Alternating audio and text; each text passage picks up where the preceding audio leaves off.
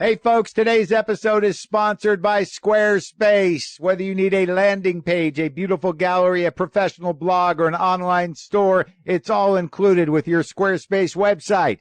WTFpod.com is powered by Squarespace. Make your site a Squarespace site too. Start your free trial today at squarespace.com and enter offer code WTF to get 10% off your first purchase. Squarespace, set your website apart. We're also sponsored by CISO, the all-comedy ad-free streaming TV service made for the serious comedy fan. Go check it out at SEESO.com. They've got every episode of comedy classics like 30 Rock, Parks and Recreation, Monty Python, The Kids in the Hall, Alan Partridge, The Mighty Boosh, and so much more. Get late-night comedy the next day, The Tonight Show starring Jimmy Fallon, The Late Show with Seth Meyers, and SNL. Plus stand-up specials and never-before-seen original series. Go to CISO.com to start a 1-month trial for free. Yeah, baby. Lock the gate!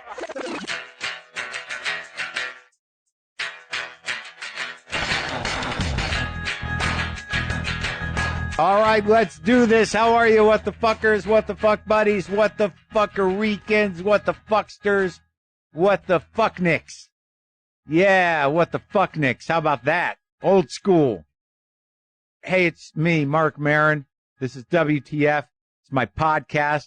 I'm in New York City. I'm here for an opening of a famous artist, Sarah Kane, the Sarah Kane. Her show Dark Matter opens tonight, Thursday night, September 8th, here in New York City at the Gallery Le Long. That's gallery with an I-E at the end because it's fucking fancy. Some fancy business. I went over there and looked at my partner's girlfriend, I don't know, lady, friend, person I'm seeing. I still don't, partner just doesn't work for me. I know that's everybody, partner. What does that mean? I got to call Brendan, my producer and business partner, my partner, but then I have to qualify it with like business partner. So obviously I know that the word has implications, but maybe my chick, does that not kosher? No good. I'll go with the lady I'm seeing. The woman in my life. Oh boy. She's giving me the thumbs up in her bathrobe on the bed. So I went over there and looked at the show, and I got to say it's pretty spectacular. It's like going to an abstract theme park. Very full body experience, full body immersion in the art of Sarah Kane. If you want to go to the opening, it's open to the public tonight here in New York City, 6 to 8 at Gallery Le Long. So what else on the show today? Billy Crystal, the Billy Crystal. The great, one of the great Jewish funny men. Can I call him that? Sure. Why not? Oh, before you, fast forward to Billy, new WTF cat mugs are available from Brian Jones up in Portland. These are the same mugs I give to my guests. They go on sale at 12 noon Eastern, 9 a.m. Pacific. Go to brianrjones.com to get yours. I'm in a motel room. I'm not drinking just coffee. I'm drinking tea. It's kind of cold. I just spent an hour and a half with Tom Sharpling. We just recorded another Mark and Tom show. That should be forthcoming. We'll get that out to you soon. We had our standard somewhat midlife chats about this and that. But very few people make me laugh as much as Tom Sharpling. I don't know if you listen to the best show, but you should listen to it. He's one of the great broadcasters. Very funny. And we have fun together. So look forward to that. I just got here yesterday to New York City from Albuquerque, New Mexico, where I spent a few days. I'd like to thank everyone who came out to the big benefit for Endorphin Power Company at the Hispanic Cultural Center at the Albuquerque Journal Theater there in my hometown. It was a spectacular show. I had a great time for a good cause. Saw a lot of people that I haven't seen in a while. It's very wild, man.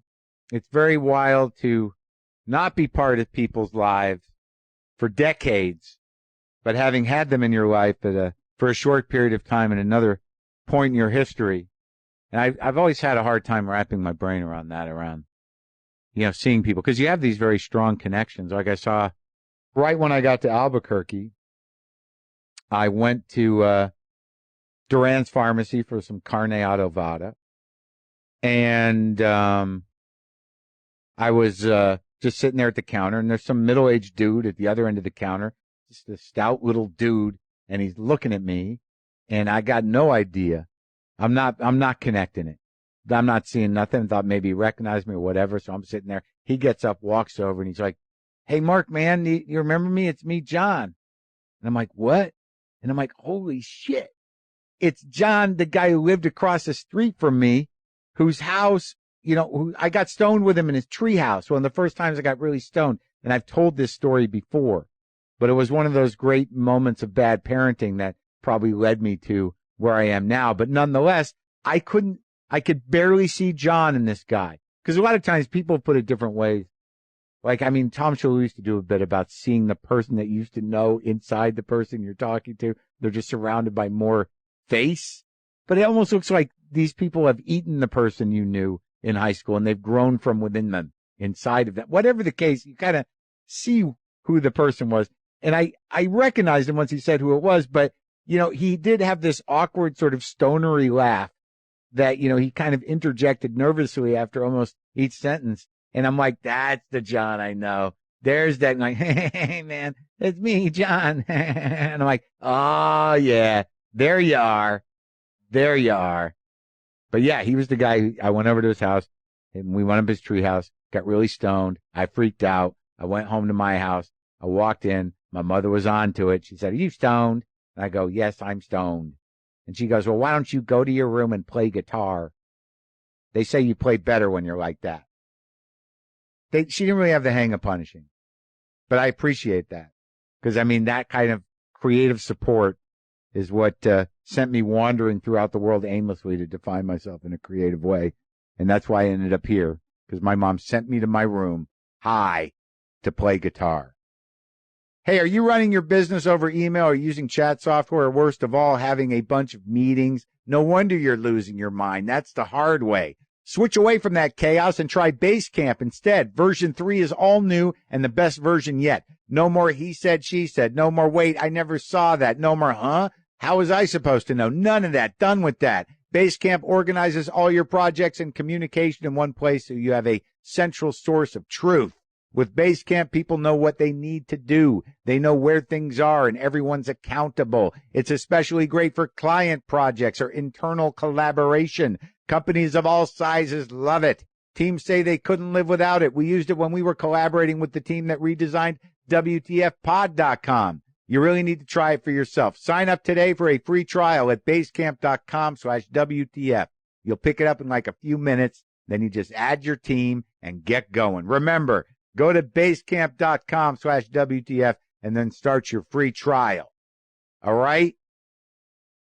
Carnegie Hall, November 4th. That's happening. Tickets are going fast. I would get them if I were you. I will be in Rochester, New York, at the Comedy Club tomorrow night and Saturday night, 9th and 10th, 4 shows. I think 1 or 2 is sold out, but I think there's still tickets available. The Wilbur, September 24th, 2 shows. That's happening. There might be some tickets for that second show. I believe there are. Largo in Los Angeles, October 22nd. Carnegie Hall, already mentioned that. Anyway, Billy Crystal is here today, and the reason I didn't know if I could get Billy Crystal on the show, I didn't know that Billy Crystal would want to be on the show necessarily. And I was at the very sad but very uplifting and provocative memorial service for Gary Shandling, and I was talking to Rob Reiner, who I'd had on the show, and he was standing there with Billy Crystal, and we were talking about Rob doing the show, and I look at Billy Crystal, and I'm like, "Would you ever do the show?" And he was sort of like, "Yeah, of course I would do the show." He was kind of had that vibe of sort of like, "Why am I not on the show? Why are you talking to Rob about the show? Why are you asking Rob Reiner to do the show and not me?" And it was one of those moments like, "I just never thought you would do the show. You would do," and he's like, "Yes, of course, I'd love to do the show." So that's how that happened. So that's what Billy Crystal. That's how it happened. I didn't think he would do it, And then he said he would want to do it. Hey, do you wear underwear every day? At least, I mean, most of us do. Now it's time to try something better. MeUndies has created the world's most comfortable underwear with a blend of fabric that is 3 times softer than cotton. This is a big-time upgrade, friends. And when you upgrade your undies game, everyone wins. Life feels better in MeUndies. That special fabric blend is called Modal. And it may be a funny word to say, but you won't be laughing when you feel it on your special parts. You know, those parts. You'll be feeling great. MeUndies has tons of colors and patterns from classic to bold to adventurous. Who doesn't want adventurous underpants? And it's the only brand that has matching pairs for men and women. Dual adventures. You could be an adventurous underwear duo. All orders in the U.S. and Canada ship for free. If you don't love your first pair, and you will, MeUndies will pay you back, and you can keep it for free. No questions asked. If you love them as much as I think you will, you might even get a monthly subscription. For a limited time, MeUndies is offering you 20% off your first order at MeUndies.com/WTF. Remember, if you don't love your first pair, it's free. Make sure you go to MeUndies.com/WTF to get 20% off your first order and use my link so they know we sent you. Dig it. Underpants. God, it's so pretty in New York right now. I used to live here, but now I just like being here for maybe 3 or 4 days. You get grimy, you eat good food, you get exhausted, and then you go away. Back to the cat ranch. All right. What do you say we spend some time with Billy Crystal, who just got back from a big tour of Australia and New Zealand, and he's in the process of bringing that show that he did there to America, so look out for that in the near future. This is me and Billy Crystal in the garage back in L.A.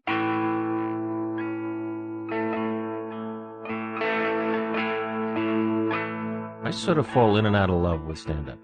Well, that's weird because when you were at Tisch was where you went, right? Yeah.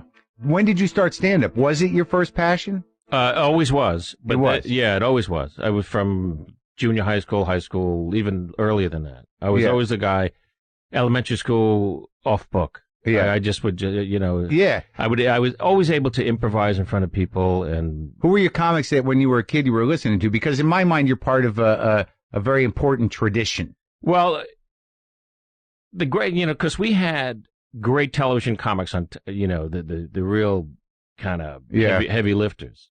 Phil Silver, Sid Caesar. Yeah, right. And but Sid's voice was really the voice of Neil Simon. Yeah. And Mel. Yeah. And Danny Simon. And Larry Gelbart, rest his soul, amazing guy. Yeah. So that filtered through. There was an ethnicity to what Sid did in a very kind of subtle way that was fantastic to latch onto. Yeah. Ethnicity being Jewish? Yeah, but it wasn't overt. It wasn't the Borscht Belt. I was not a Borscht Belt guy at all. Right. More physical. Yeah. Yeah. And sketches and character. Right. The guys that Sid did were like, Progress Hornsby was this stone jazz musician, and I knew the real guys, because my dad was in the music business. What was he in the music business? Because he was a real guy, right? Oh, yeah. Yeah. What did he do? Well, my family owned a little record store on 42nd Street, New York, between Lexington and 3rd, called the Commodore Music Shop. And it was the center of jazz from the late 30s all the way up to when it closed in the late 50s. So the important time, coming out of swing into the new jazz. Yeah, and the new jazz was really created on record by my uncle, who's a legendary producer named Milt Gabler. Uh-huh. Now, Milt turned my grandfather into a sort of an entrepreneur. So it was a music store where they sold radios and light bulbs, and cranky people would come in. And, What aisle are the socks in? Are there socks? Where are the whisk brooms? And so then he said, Dad, he was like working there after high school. So he took one of the speakers of the radio and put it over the transom of the door right on 42nd Street and tuned it into this jazz station that plays a lot of Big Spiderback stuff. Yeah. And so the jazz was blasting out in the street. Yeah. People come in going, do you sell records here too? And they didn't. And my uncle said, well, we should sell records. Right. So they started buying up old records from what was it? OKEH records. EH, yeah. And reissuing them. Uh-huh. So then they created their own little label called the Commodore Jazz Label, because it was right down the street from the Commodore Hotel. Okay. On 42nd Street. Yeah. Which is now, I think, the Grand Hyatt or something. Right. Right near Grand Central. I remember Station. Colony Records. Yeah, that was a big music on Broadway. Yeah. But this little hole in the wall was like 9 feet wide. Right. Now becomes everyone wants these records. So then my uncle says to his father, Pop, why are we selling other people's records? Let's make our own. Right.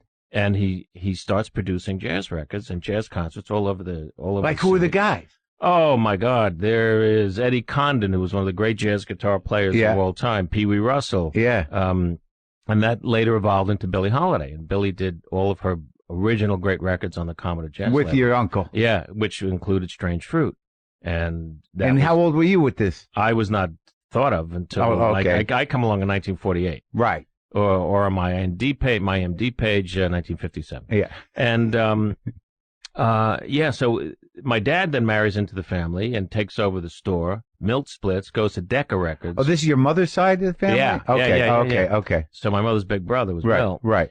Milt splits to Decca Records, where he has a 35 gold record career, including Rock Around the Clock, Red Roses for Blue Lady, Volare. Were you close with him? Oh, yeah. He was a mentor to me. So he was around? Oh, God, they all were. In New York. Like Milt only worked from New York. So he's producing all that stuff. Yeah, Rock Around the Clock. Yeah, but then he'd fly to Germany. He was like the celebrity, you know, and I would like sit at his feet because he did Sammy Davis's first gold record, which was, Hey There, You with the Stars in Your Eyes. That was from Pajama Game. So he talked to me about Sammy and said, watch him. He does a lot of things. Do a lot of things, because he knew I had The Shining, you know. He knew right. You want to be show business. So you're a kid, like what, 12, 11? Oh, younger than that. Oh, 5, and you're 6. going to shows, and you're meeting everybody, so you feel that show business thing, like the backstage thing. Well, then my dad's producing jazz concerts all over New York, besides running the store. Yeah. So now, in order to be with him, and this is was the basis of 700 Sundays, was we'd go to the clubs with him just to be with him, right? Because weekends. It was Friday, Saturday night till 3 o'clock in the morning. And he's hanging out with these are heavy cats. Amazing, the greatest guys. Fats Waller, Willie the Lion Smith, Jack Teagarden, Pee Wee Russell, did your Henry dad, Red Allen. Oh, yeah. Did your dad drink? No. So he was just a witness. Yeah, well, he also emceed the shows. Okay. And that was another thrill, because my dad's on stage behind a microphone and a spotlight. It was, and in a shiny suit. Was he funny? It was cool. Yeah, very witty guy. He was. Yeah, very witty guy. And your mom, was she? My mom was the lifeblood of the family, in that they were a remarkable pair. He was quiet and really witty, great sense of humor. Turned us on to, in television, it was not the Three Stooges, it was Laurel and Hardy. Right. It was Ernie Kovacs. It's okay if you stay up late. I know you got a 4th grade test tomorrow. Right. Watch Kovacs. Just watch the highbrow shit. Watch what Phil Silvers does. Yeah. Big Phil Silvers fan. And it was a great influence. I had 2 older brothers, all very funny. They around? Yeah. That's good. And and we would steal from everybody. Sure. So we were the Nairobi Trio. Do impression. Yeah, we were Nairobi Trio. From Ernie Kovacs? Yeah. So we were the 2,000-year-old. When that album came out, forget about it. How old were you when that came out? I was 12. Those are my baseball cards, Mark. Mel Brooks, that album came out when you were 12? 1960. No kidding. Those are my baseball cards. Yeah, right. Those were, I love the music. I still love the jazz. But the comedy albums that Dad would bring home from the store, those were my baseball cards. Right. That was, amazing albums. It felt like Jonathan Winters had an album out every month. Shelley Berman. Yeah, and Nichols and May, live on Broadway. Yeah. Did he like any of those Yiddish guys, like Myron Cohen or anything? He always laughed at Myron Cohen, but, because Myron Cohen, all of those guys were really artists. Right. They were so specific in who they were and who they played to. Yeah. And that's when the Catskills was at its height. Yeah. Did you guys go up there? Only once. Only once. That was enough? That was enough. Well, we didn't have any money. We were in the jazz business. Right. And that's where I saw my first comedian, which, watching this guy's act. Who? I think his name was Pat Henry. Uh-huh. And he was a bald guy, and he said, I grew my eyebrows really long so I could sweep them back over my head. Uh-huh. It was the stuff like that. Yeah. And then, of course, every Sunday night, in addition to the guys during the week, was at Sullivan. Sullivan had a comic on every Sunday night. Did you ever go to the show? No, but the comics were the heavy hitter guys and the novelty acts. Yeah. I loved the novelty Plate acts. spinners? But there was the guy. There's usually 9 of them, weren't there? The novelty acts? The Lady of Spain guy. Yeah. And the Weir Brothers were, you should watch them. Yeah. Google the Weir Brothers, folks, who ever listen. I think they were Swedish or Norwegian. Yeah. 3 guys with one had played clarinet, one played guitar, one played violin or bass, and they were hilarious, physical.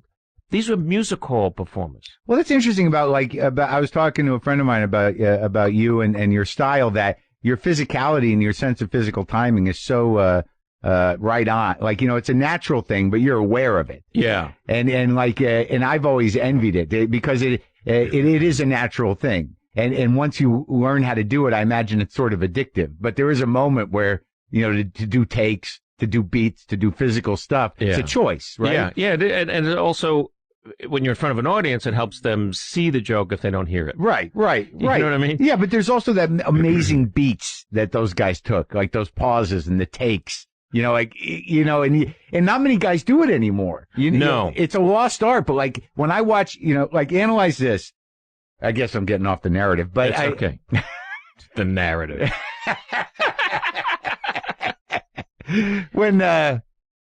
Because there's a few scenes in Analyze This where I can watch them over and over again, and your reaction is so fucking classic and so hilarious that I like that scene where the him I don't know. That with the hugging, him I don't know. Oh yeah. I laugh thinking about it, but like you were so you were onto that, but it didn't come unresearched in a way. No, but also it was a pretty natural thing for me. Yeah, it was a pretty natural thing for me. Yeah. When you grow up with aunts and uncles who were very animated. And in a very Jewish ethnic way. Yes. It's very specific. Yeah, but it wasn't this kind of way. It wasn't that. There must have been one of those. There were 12 of them. But my apostles. Yeah. But everyone was very animated. They speak with their hands. Yeah. Sure. And a lot of times their hands were covered with salad dressing or macaroni salad or something, which is not attractive when they speak Yiddish. Right. Did you grow up with Yiddish? Russian. Really? Russian. From who, your grandmother? Yeah, both of them Russian. And a lot of Yiddish after a while when they didn't want us to know what they were talking about. Exactly. That's what my grandparents did. Yeah. Like, what are they doing? Yeah. What's this gibberish? And they're going to the movies. They'd catch you out of the corner of their eye. So Max said to me, and you knew that there was something they didn't want you to hear. Yeah. What, did you really just say something? No. I was hoping you did. You know what's so funny about, listen, I love my religion. I love the world I was born into. Right. I'm not the most religious guy in the world, but I love the heritage of it. Yeah. I love the things that it stands for. And I've been very open about it.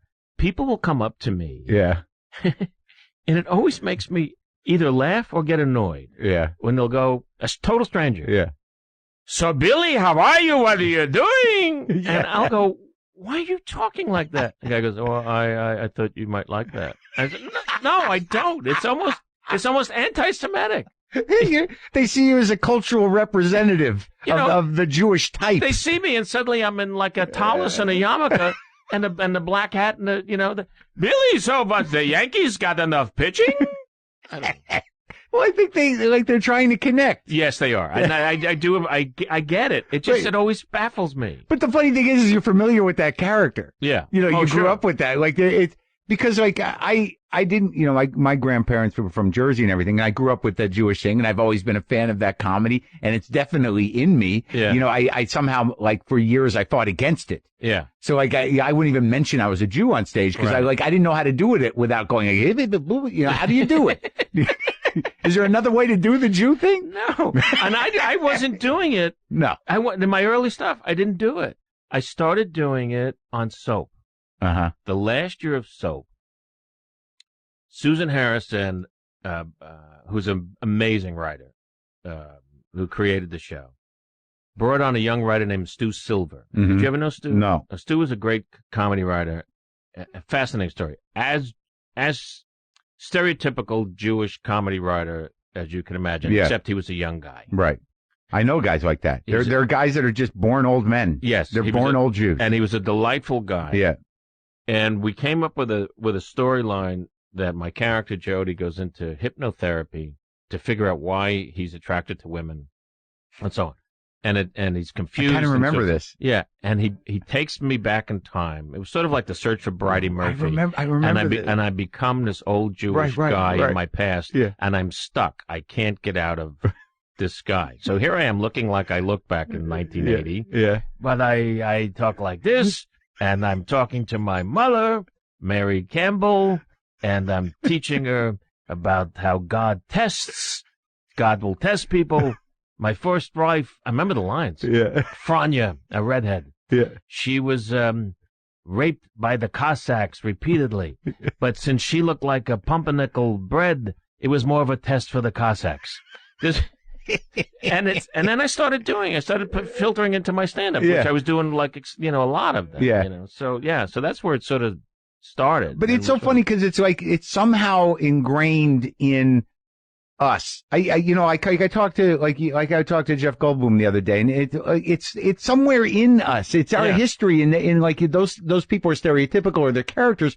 But I had one. There was a woman, my grandmother's aunt used to sit she didn't speak any English, and they had to make her kosher food, and she would sit on a plastic covered sofa and eat by herself at family events. I mean, it's just part of the thing. Yeah. Oh yeah. The Eastern European Jew thing. Yeah. It's a brushstroke. It's and it shouldn't be denied because they're really kind of amazing people. Oh yeah, and the language of comedy for years. Yeah. Sure. Was the timing of it. The timing, the emphasis, the lean in.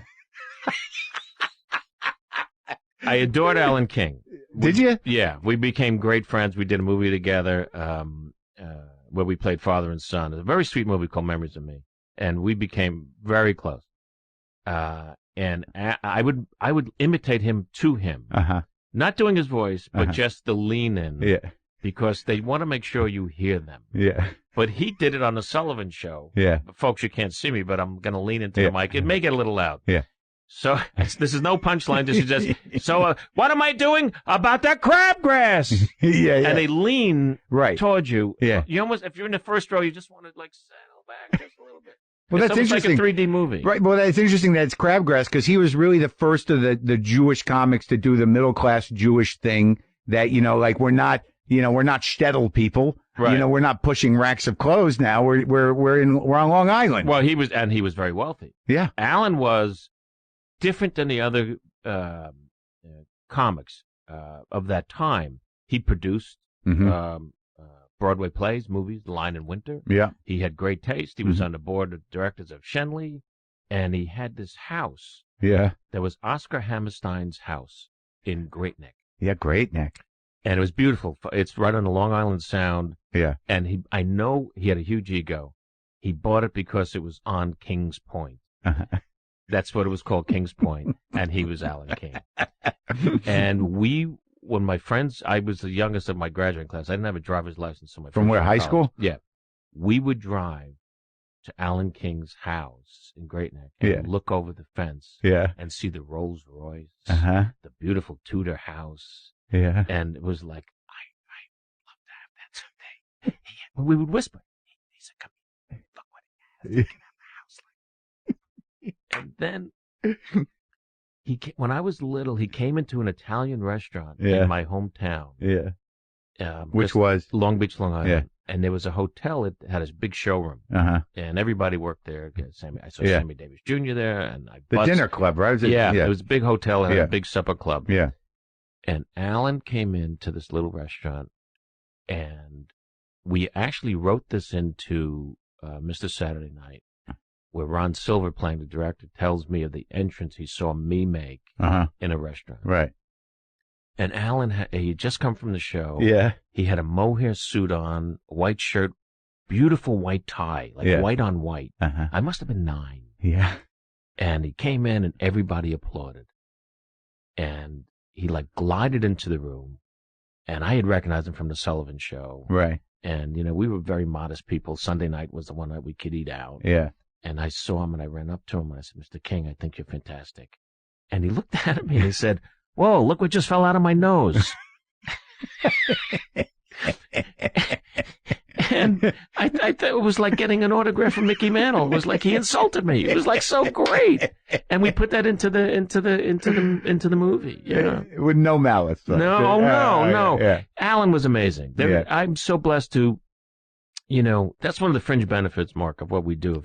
My grandfather used to say, if you hang around long enough, sooner or later they'll give you stuff. Yeah. the people we get to meet and end up with, and become part of their lives is for me at this point in my life and my career, kind of, I look back and smile, going, "Holy shit!" Right? Holy shit! Yeah. It's wild. I mean, Well, when did you so you're 9, you're watching Sullivan, you're doing all this stuff, you're doing shtick in school, and your brothers, did they end up in show business in any way? My middle brother, I'm the youngest. He's 2 years older. My brother Rip has been a producer, a television producer for years out here. Yeah. And my older brother Joe was a art teacher for 36 years, really funny, great witty guy. And he's retired now. Yeah. So you have a creative family. You have a family that's open-minded, at least, enjoys show business. Oh, big time, and big civil rights people. And on top of that, my mom was a great tap dancer. Oh yeah. And she was the voice of Minnie Mouse in the Macy's Thanksgiving Day parades in the late 30s. She would sit in the float as it came down and would sing this. It was usually "I'm Forever Blowing Bubbles." To this huge float, coming down inside the float. Yeah, inside the float. There was a little cabin or whatever at the base of Minnie's feet, and no one would see her. And there'd be a little piano, and she'd sing. I think that's so fun. Yeah, because there's something that keeps sticking with me is that, like, even in Mr. Saturday Night, and because of the way you were brought up, that weird difference between the show person and backstage or in the float, to really appreciate that, which it sounds like you must have, because you're sitting there, you're going to these gigs with your father, and you're seeing these jazz guys, and they're just sitting around smoking, before the show or doing whatever, and then they go on. It's like, all right, I'm on.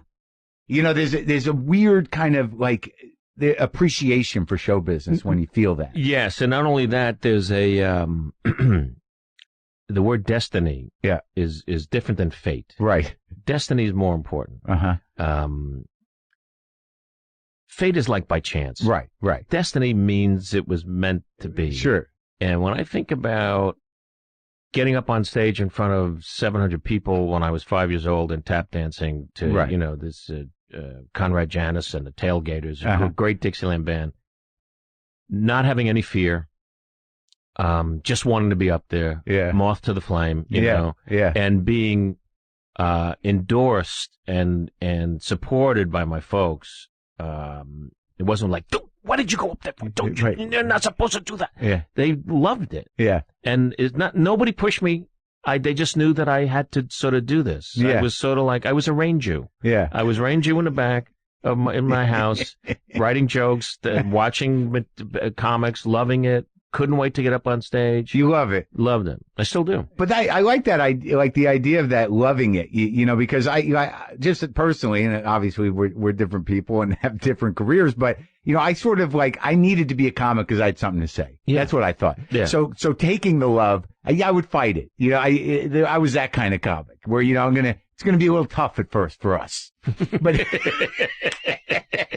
you may not love me right away. Yeah, exactly. But you just took it and you felt it and it was great. Yes. But I also had a little mantra. Yeah. Which was, don't settle in. Right. You know stay vigilant. Yes. Don't get too relaxed, man. It's mine used to be hide the hate. Well, that's a little more. It is dramatic. Similar, I think. No? No. Hide the hate. That's a great album title. Yeah. Or a book title. Yeah. All right. I'll make note of it. Yeah. But yeah, because I realized that, in the last few years, I miss you as the host of the Oscars because you love show business. I do. It's like, this is a night for show business. Celebrate show business, you fuck. Yeah. Whoever you fuck is. Yeah. Yeah. And I never thought I'd have a moment where I'm like, I miss Billy dancing. But the thing is, I didn't really dance. I did. Yeah. Oh, I moved for sure, and we entertained. Right. Because that's what it was about. It was just, because that's what it is about. It's supposed to be. Everybody knows too much now, and I'm not even that old to say that. No, it's true, and social media really hurts that a lot. Sometimes, it's like everybody's on this equal playing field. It's like, no, no. I want some privacy. I'd like the mystery to be maintained a bit, if possible. Yes, and I don't need to hear from Jack 59 in whatever town it is that he hates me. Yeah. Because Alan King had a great line about that, which was surrounded by assassins. But he was talking about other comics. Maybe. So when did you decide to sort of pursue it like in earnest? Like like how did that? When I got out of the draft. 69? Yeah, the first draft, televised draft. I was a directing major at NYU, studying film direct. I don't really. I still don't know why I did that. I swear to God, I had been in nothing but musicals and plays in high school, and college. You went to college. This is the graduate school you're talking about? No, I went 2 years. I went to a school in West Virginia first, called Marshall University. How was that? It was, I went 1 year. I had a good time. Yeah. I was a baseball player, and it didn't work out for me there, and I transferred. Is that what you wanted to do? Yeah, and I came home. My father just passed away. I was young, huh? I was 54. Oh. I was 15. So I was really depressed. And I go away, and West Virginia was a little too off-Broadway for me. Yeah. And I was lonely. And you're a city kid. And I didn't give it the best chance I could give it, I think. And you're in grief, and you're alone now. And it was first time away from home, and and I was 17. I couldn't even horrible. And I couldn't even drink. I couldn't even drink with the guys and do any stuff like that. So I came home that summer, and I had a job in a day camp. Jewish day camp? No. Regular. Yeah. And this girl walks by. I'm on the beach playing ball with this good friend, Stevie Cohut. Yeah. And I'm getting ready to go back to school. And she walks by, and I said, I'm going to marry her. And I did. So 4 years later. And so I didn't go back to school. I transferred to this junior college. To be around her. Yeah. I knew I loved her so much right away. Yeah. That, I don't know if you've ever been in like a long distance relationship. Sure. They don't work out. No. It's easier now with Skype, but but back then, difficult. Yeah. And so I said, not going to go back. Yeah. And I transferred to this great junior college called Nassau Community College, and had one elective, which was an acting 101 program. Yeah. And I walked in there, and it was like, I'm home. No kidding. Yeah. Great teacher. You remember the guy? His name was George Oliver. Interesting man. I loved the students, started doing stuff, started doing scenes, and I just gave it for 2 years. That's all I did. Yeah. Then I transferred. No stand-up yet? No. Yeah. But I met these two guys who were actors, and we started doing improvs together. I would have just done stand-up, but I was terrified. Right. So I had these two guys. And we had this really fun act. Who were those guys? There's Dave Hawthorne and Al Finelli. And we became known as We the People. And then we became known as Three's Company. We had more names than really good routines. Yeah. Which was two. Yeah. So now I transfer to NYU, and I get in. I don't know why, Mark. I applied as a directing major.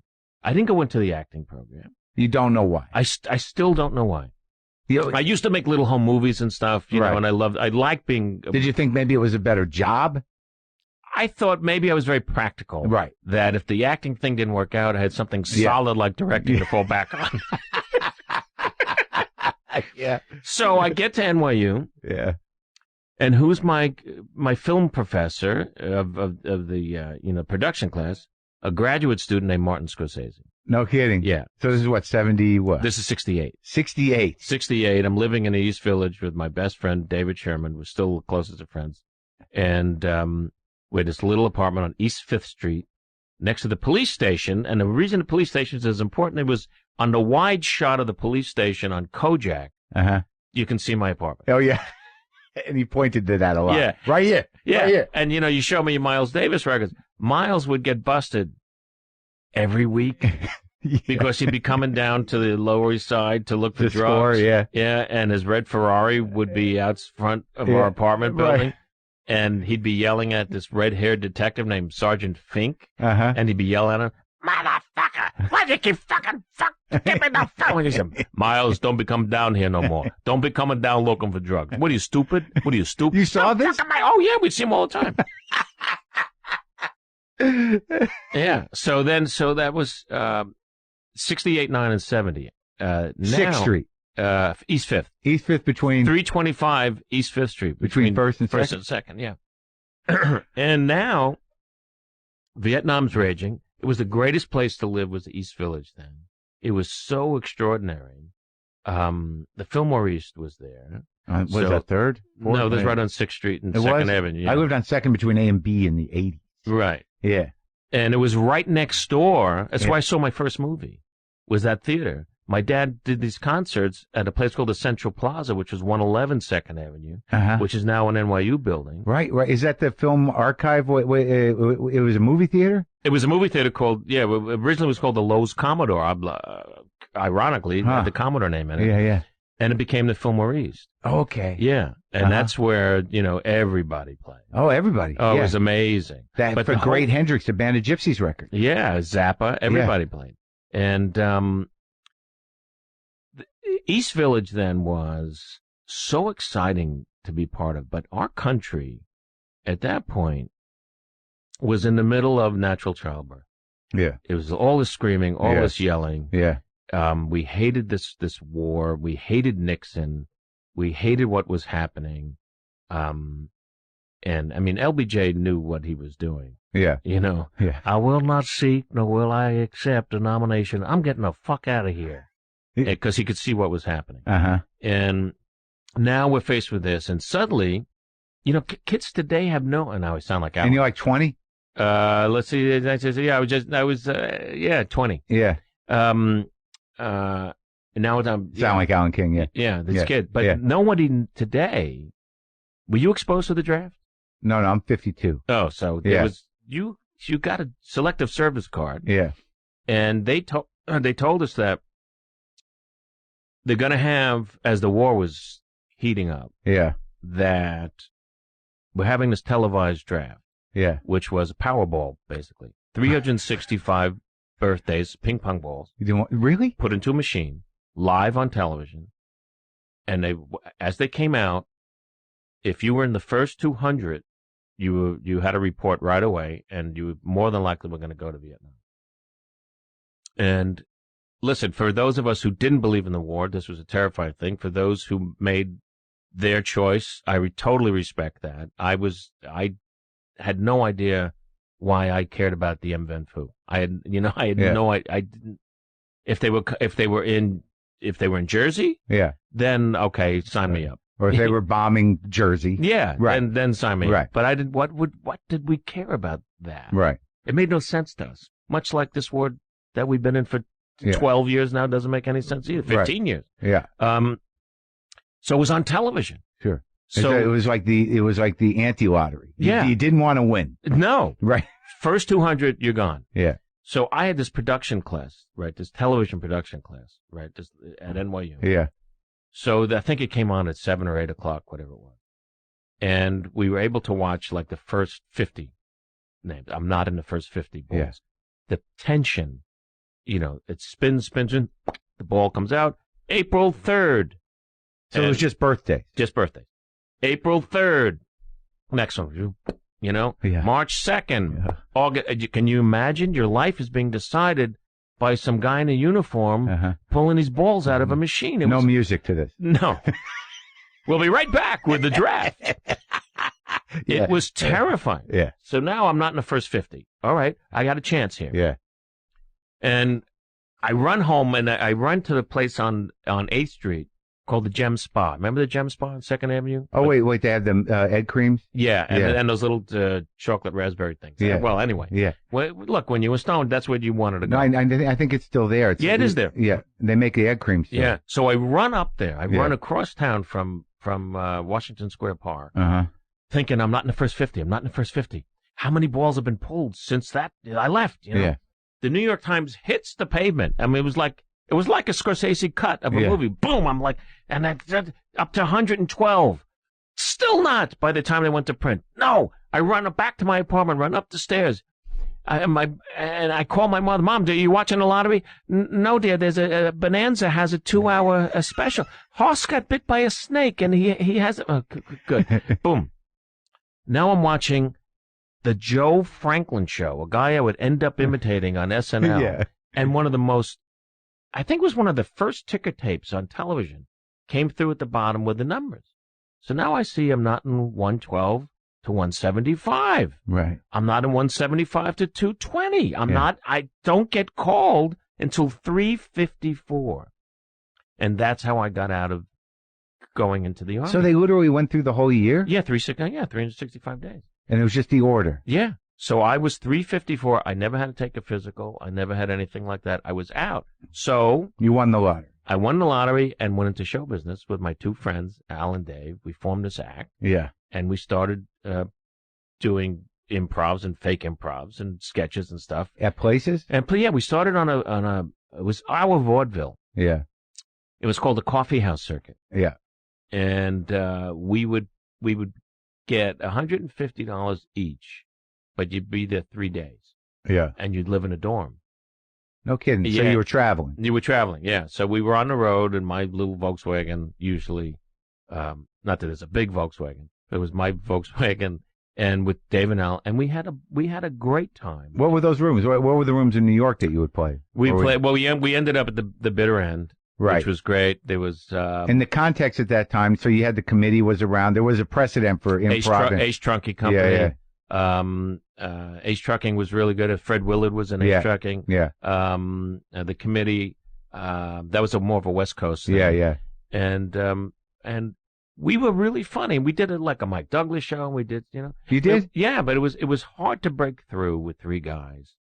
And I was there 4.5 years with them. Really? So you were in you were in show business? I was in show business, yeah. And not making any money. I mean, right. The most I made was like $4,000 a year. Were you the feature act or you the headline act? We'd be the opening act. Right. And sometimes we would headline. But at the colleges, we were always the featured act. Right. And there'd always be a folk singer. Sure. And us. And what they, it was called the Coffee House Circuit. Right. So every campus had a thing after 8 o'clock. The cafeteria became the nightclub. The Beatniks. Yeah. Yeah, yeah. And that's where we worked. Huh. But I was already married in 1970. Wow. So for me, you got to make a living. Yeah, and I was substitute teaching. Yeah. At the school I went to, which was weird. Being on Long Island. Yeah, in Long Beach, in the junior high. That's where you were living. But I was living in the house I grew up in. Upstairs, there was like a separate. This is after the Lower East Side. Yeah. So wait, we didn't linger on Scorsese. So you got this hyperactive graduate student teacher. Oh my God, he would stand behind you, and we were working. There was film then. Yeah. So you got white gloves on. There was a machine called a Moviola. Yeah. Moviola had the film on one spool and your sound on the other spool, and you synced them up. Yeah. And they'd run through a machine. Right. And you couldn't touch it. You had white gloves, and if you wanted to make an edit, you'd stop with the brakes. Right. Put a grease mark on your cut. Yeah. Take a razor blade, make the cut. Yeah. Take the tape, make the edit. Go to the sound, hear the sound,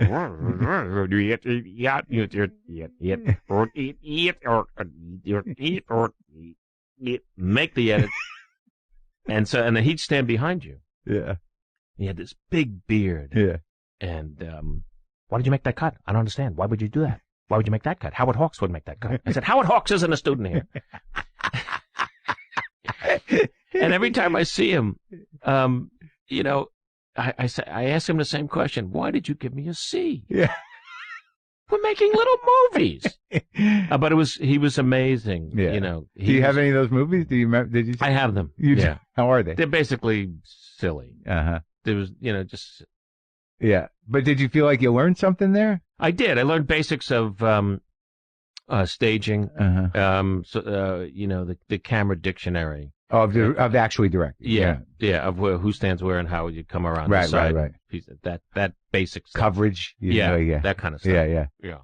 So you're living on Long Island. You substitute teaching. Yeah. You're in a three-guy act. Right. And I'm getting you have weary. Kid yet? 1973. Okay. So I'm getting weary. Yeah. And I'm getting anxious. Yeah. Because I know I'm hiding. Yeah. Hiding. So what do you mean? Like you just you're protected by the other guy. Yeah. And you're not really going in for the big game. And we're it's lonely at the middle. Yeah. Yeah. And we get noticed just by chance. Yeah. We're up at record company called Buddha Records. Yeah. Cat Stevens, I think. Yeah. And we were trying to do an album. Mm-hmm. We were going to do a very... Like Cheech and Chong's made a record already, and it's big on college radio. Yeah. Right. And Uncle Dirty. We're working... You remember that guy? Bob Altman. Yeah. And we were working on this album with his 2 young producers there. And we were, we had the act was good. Yeah. And we were auditioning to open for Sha Na Na. Mm-hmm. And we're doing our act, I swear, in a conference room, the 3 of us doing our bits for one guy. Yeah.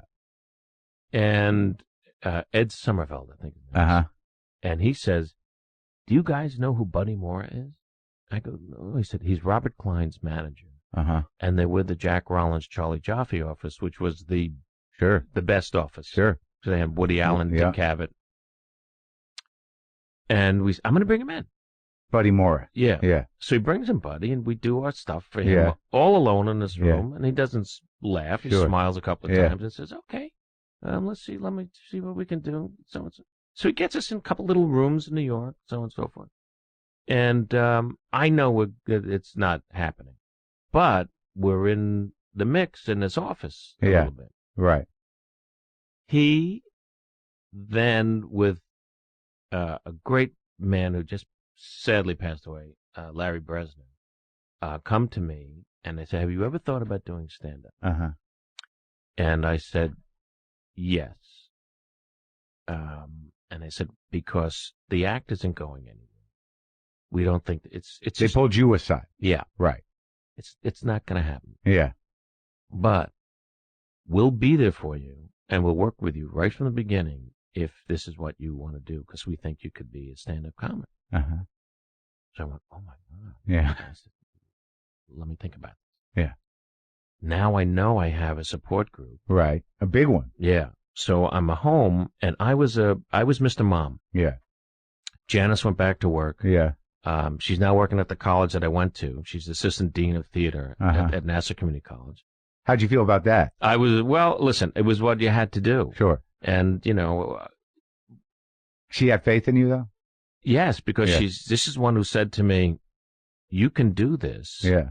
I'm going to go back to work. You figure this out, and I'm there for you." And we had a baby who was 6 months old, and she said, "This is important for you." So this is 73. Yeah. Yeah. So I get a call from a friend at NYU. Uh-huh.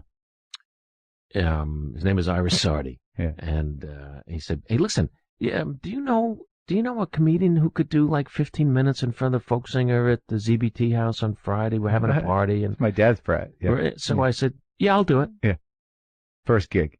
He said, "Well, when did you start doing stand-up?" "Oh, no, I've been doing it for a while." Lying my ass off as I'm feeding my baby. Yeah. And he said, "Well, yeah, great. It's Friday night. If you get there like at 7, go on at 8, 8:15, 8:20, you're done. And then the folk singer. Great. And it's like $25. I went, great. Like, boom. Yeah. I hung up and I went, what the hell did I just do? Yeah.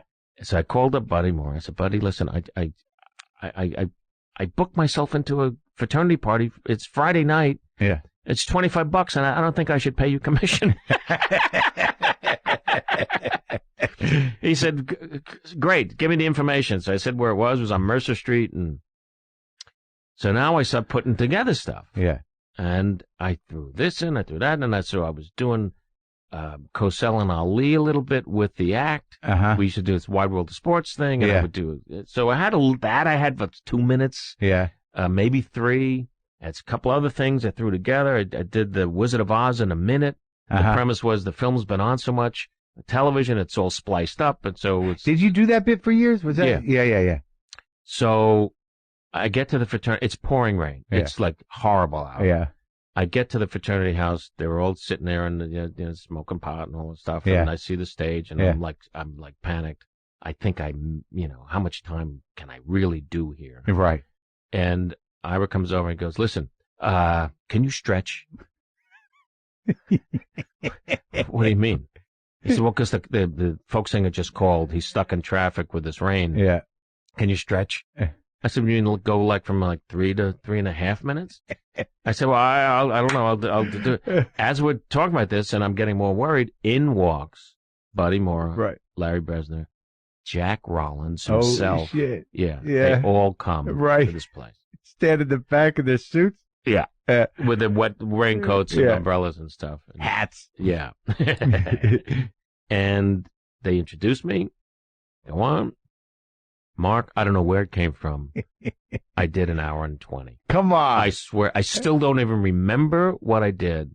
I just went. It was a belch. It was a vomit of epic comic proportions because it was all of that frustrated time with the group just came out. Right. You know? And Rollins loves that, right? He likes when you push it out there. I just went. Yeah. I just went. Yeah. And they stood up, and the folk singer then arrived, and he sang "May the Circle Be Unbroken," and then it was a nice night. And they came up to me afterwards. I couldn't believe it. Yeah. Janice is crying, and Buddy says to me, "All right, listen, that stunk, so let's go to work." Did he say that? Yeah. But you were getting laughs? I was killing. Yeah. I swear I don't remember what I did. Right, but eventually at that time they were sort of seeing the new comics come out, and I imagine that you probably doing some crowd work and stuff, right? Oh yeah, yeah. But it was like it was like a miracle. It was beautiful. It was great. Yeah. And then you knew you could do it. Yeah. Like if your first weird gig out, you somehow did an hour and a half. You're like, okay, it's just trimming now. And yeah. And now I go, oh man, I cheated on my friends. They had no idea. Right. And now I know I don't want to do that anymore. Right. With them. Oh, you got to do that. And now I got to tell them. What I did. Yeah. And they were my best friends, and it was 4.5 years of stuff together. Yeah. And living on the road in dorms together and all that stuff. It was more than just being an act together. Yeah. No, sure. And I told them, and they were shocked that I did it, but they went, "Good for you." No kidding. I said, "Guys, I love you. Yeah. I really do. I got an 18-month-old baby that's sleeping in there. I got to do this, and I'm going to do it." Yeah. And we had one gig coming up. Right. Opening for Melissa Manchester at the bitter end. And she was hot like crazy. Yeah. Coming from the rain, and she had good songs. Yeah. And a great performer. If nothing comes from that, I'll give you that last gig. It's already booked, and I want to do that with you. Then I'm gone. Yeah. And now it's sold out. It's like a perfect setup for us. Yeah. Everybody's coming, record people. Right. It's TV people coming to see her, and we were killing. And I'm saying to myself, please, nobody buy us. Yeah. Nobody book us for anything, please. No, don't. And they didn't, and then that was it. And I just... Did those two guys stay in show business? David did. David is still really funny. Yeah. I saw him pretty recently. I hadn't seen him for years and years and years. And I still love the guys. And Al lives in New Mexico. But... Really? What's his name? Al Finelli. And he's a playwright now and a photographer and stayed in the arts. Yeah. Mm-hmm. And I just went. Yeah. I left them that night. The next night, I'm at Catch a Rising Star. At the beginning, so it's 74? Yeah. No kidding. Hoping to get on. You're just waiting? Yeah. Was Rick Newman there? Rick was great to me because he knew that I lived over an hour outside of Manhattan and that I had a baby. Uh-huh.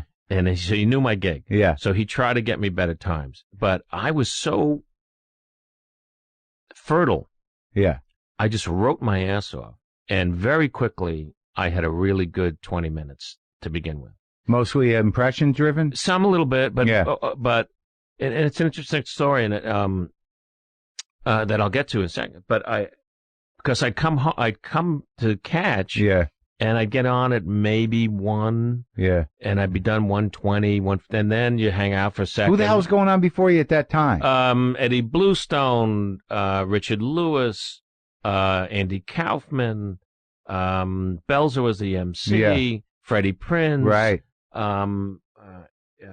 Leno, and then David Brenner would come in and do an hour. Right. Wait. Yeah. Were you going over to Bud's place too? No, because it was too far west for me. Right. So because Catch was on the east side, I could get out of Manhattan in the 70s, fast. right? 78th or something, and then 44th and like 8th and 9th. Yeah. Yeah. So I could get out of town fast. Right. Yeah. It was really about that. Yeah.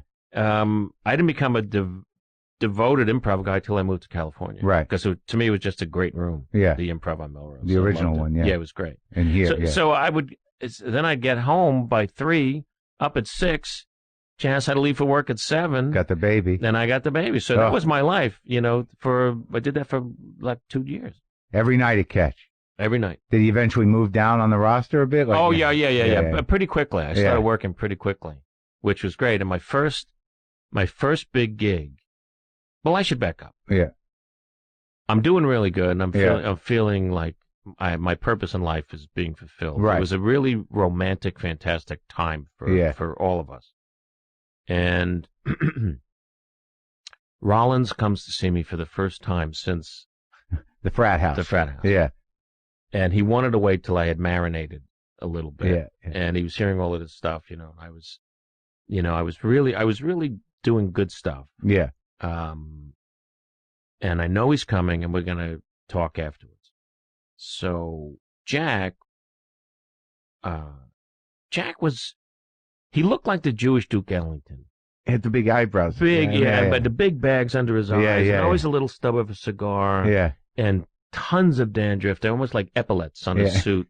He looked like a Brooklyn College English professor or something. Yeah. I met him once when he was very old. Yeah. Yeah. And he lived to 100. Yeah. And I just destroyed. I had 20 minutes of just boom. And I was doing Only Then. I was doing a bunch of other stuff that were more bits. Yeah. And I crunched. Yeah. So we go out afterwards, and I sit down, and I'm full of myself. Yeah, But you know that feeling when you just had just a beauty. Yeah. It's like a great. It's like you can walk in your own sweat for a while. It's good. Can't sleep. Yeah, it's just, like so exciting. Let's eat. Yeah. Yeah. So Jack's looking at me, and he spits a little bit of the cigar thing. Yeah. How did you think you did tonight? No, I know I'm fucked. Yeah. And I go, well, the audience was great. Yeah. And he said, yeah.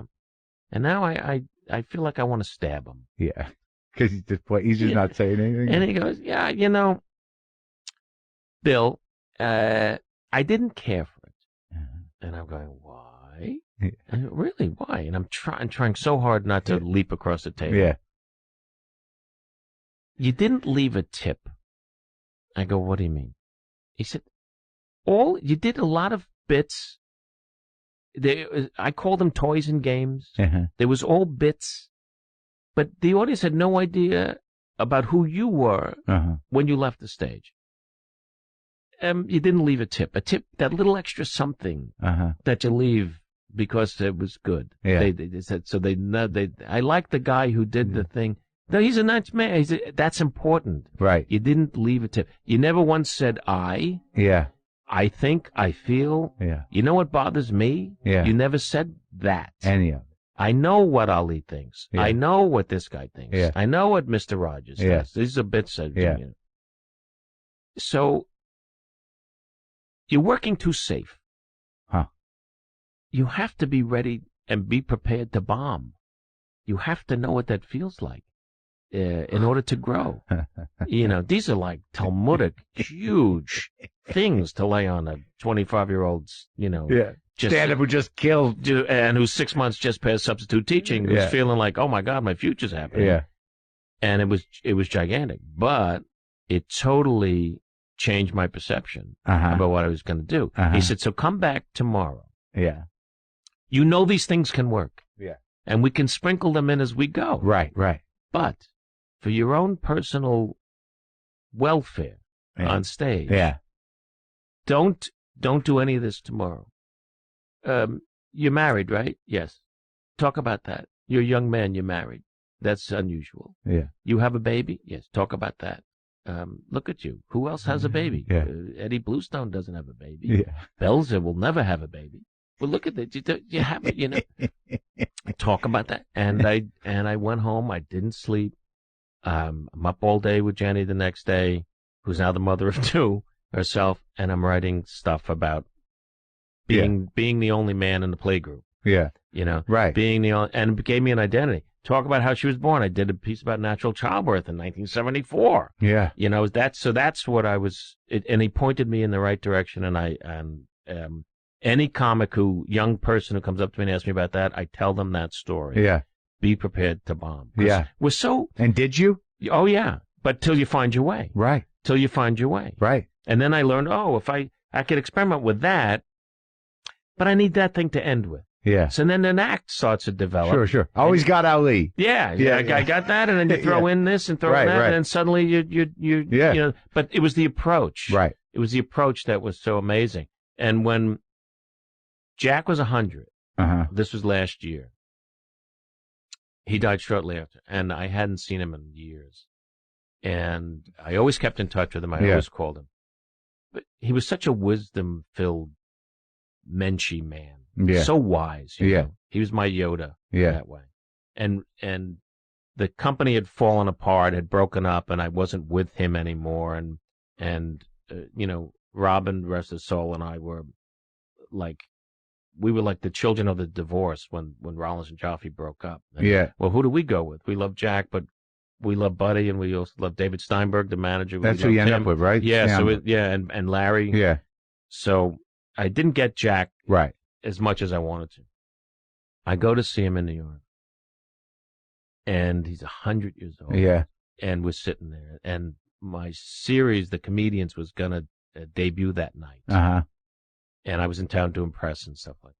So I program his VCR with his helper, his caregiver. And he was in and out, and I knew I had to get out of there. Yeah. It was getting emotional for me. And we both knew it was the last time we were probably going to see each other. Yeah. And I said, so Jack, 10 o'clock tonight, it's all set up. Don't worry. If you miss it, you'll see it in the morning. Yeah. So don't worry. It's all done. And I love seeing you, and I love you. He grabbed my hand and he says, are you happy with your work on the show? Do you feel good about what you did on this show?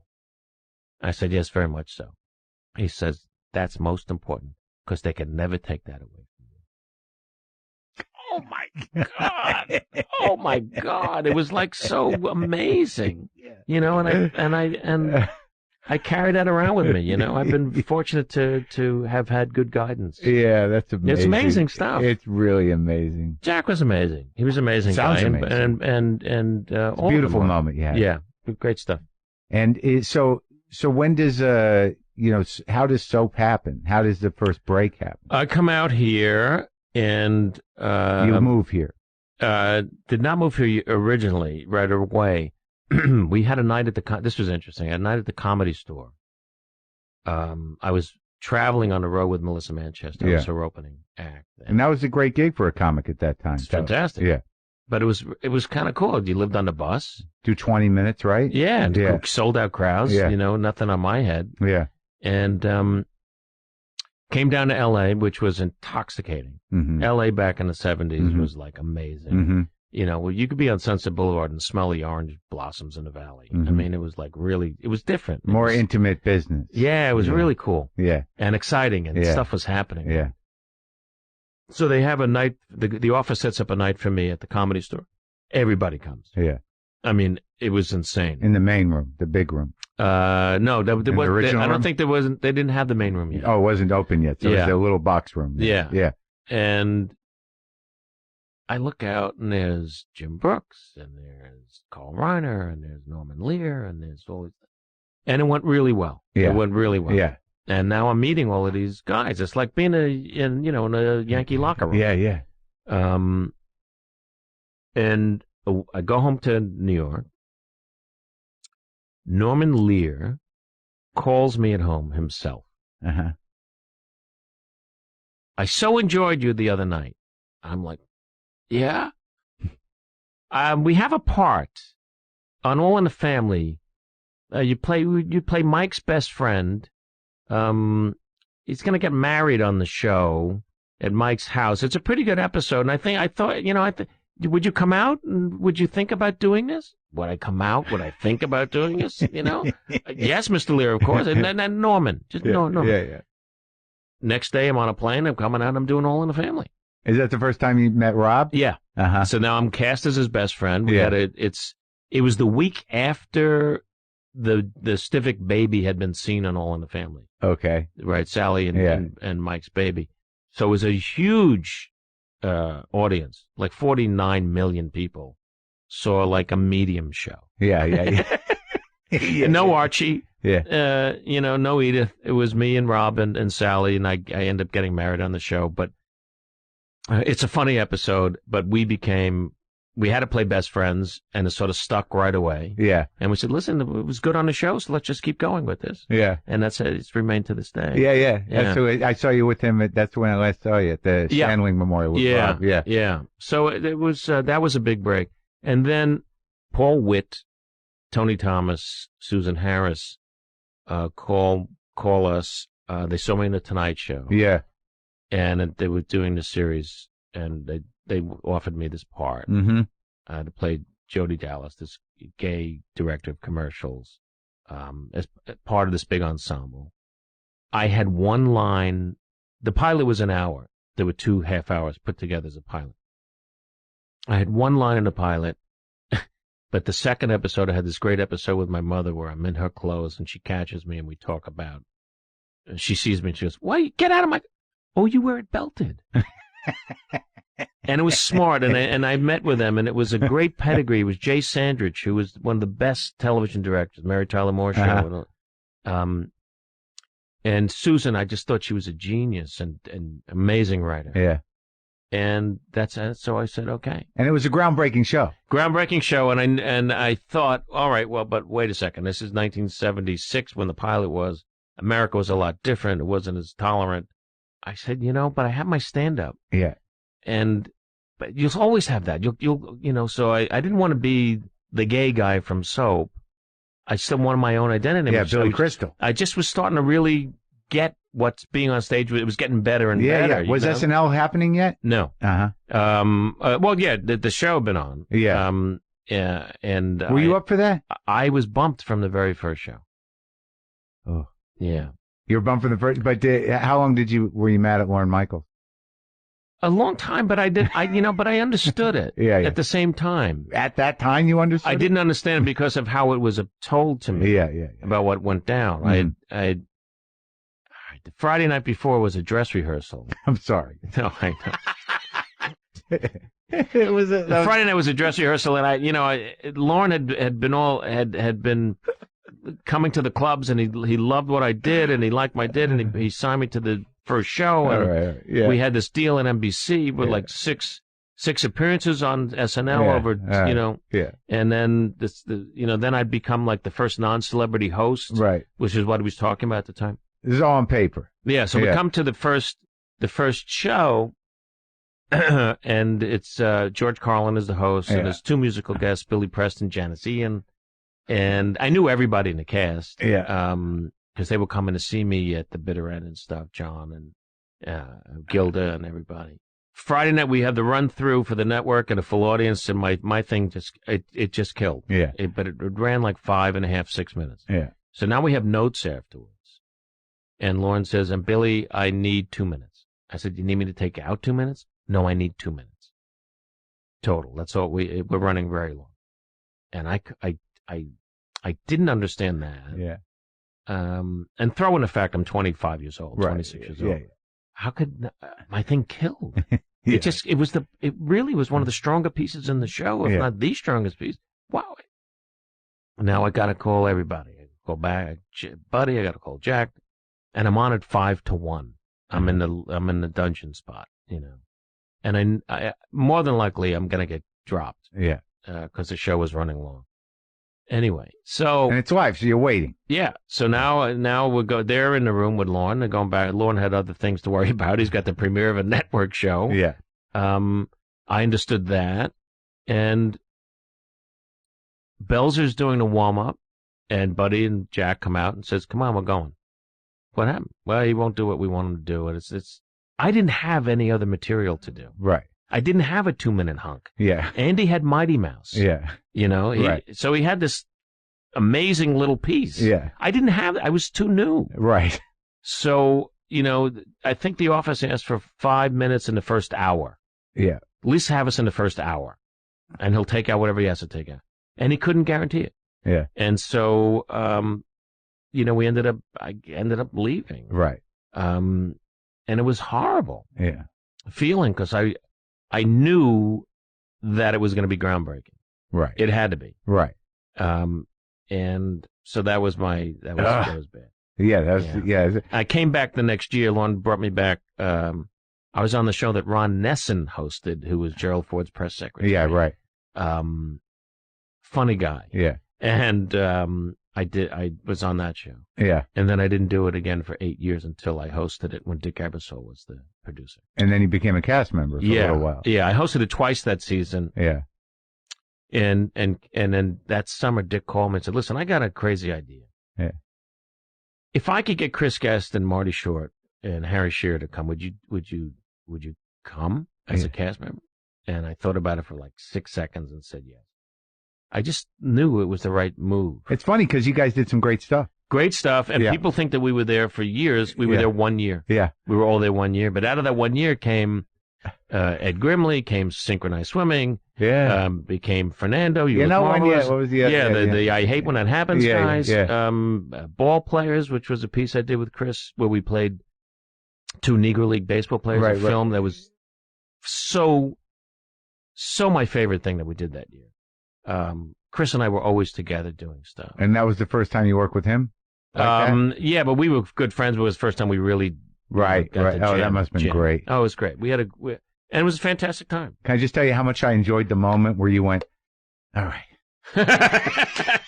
It's just that I've told the story before. That was a great, honest moment. Yeah. So then, after Soap, you're doing the stand-up, and you get this, I guess, what happens, though? You're a guy, you can act. I get a variety show at NBC. Right. I get my own variety show. Brandon Tartikoff gives me my own show. How long did that run? 2 episodes.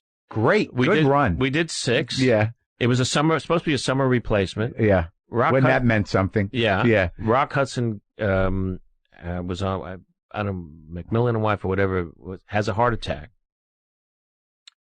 So he can't do his show. Yeah. We had already taped a show. Yeah. And he said, "You're on this week."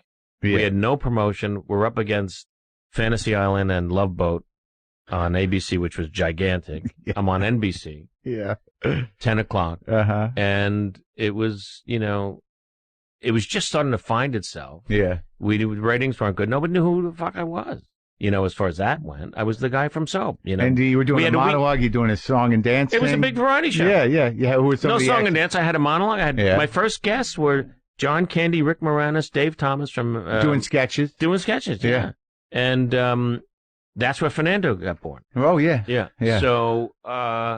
So we did the first 2 aired, and we didn't do any ratings, but the show was starting to find itself. These shows need time. Sure, everything needs time. And we were coming in to do the 5th episode. 2 had aired, and I go to the office, and I was like always fried. Yeah, because I could feel it wasn't quite working. The ratings weren't good. Right. And on the way in, a friend had called and said, "You okay?" Yeah. We're doing a good show tonight. We got really good. We got Shelley Duvall and Manhattan Transfer, and it was a good. It's a good show. We're doing some better stuff. Yeah. And I hung up. I go, "What?" Asked me if I was okay. So I get into the office. Trades are on the table. That's what you found Trades are on my desk, and it says NBC cancels Billy Crystal Comedy Hour. Nobody told me. Right.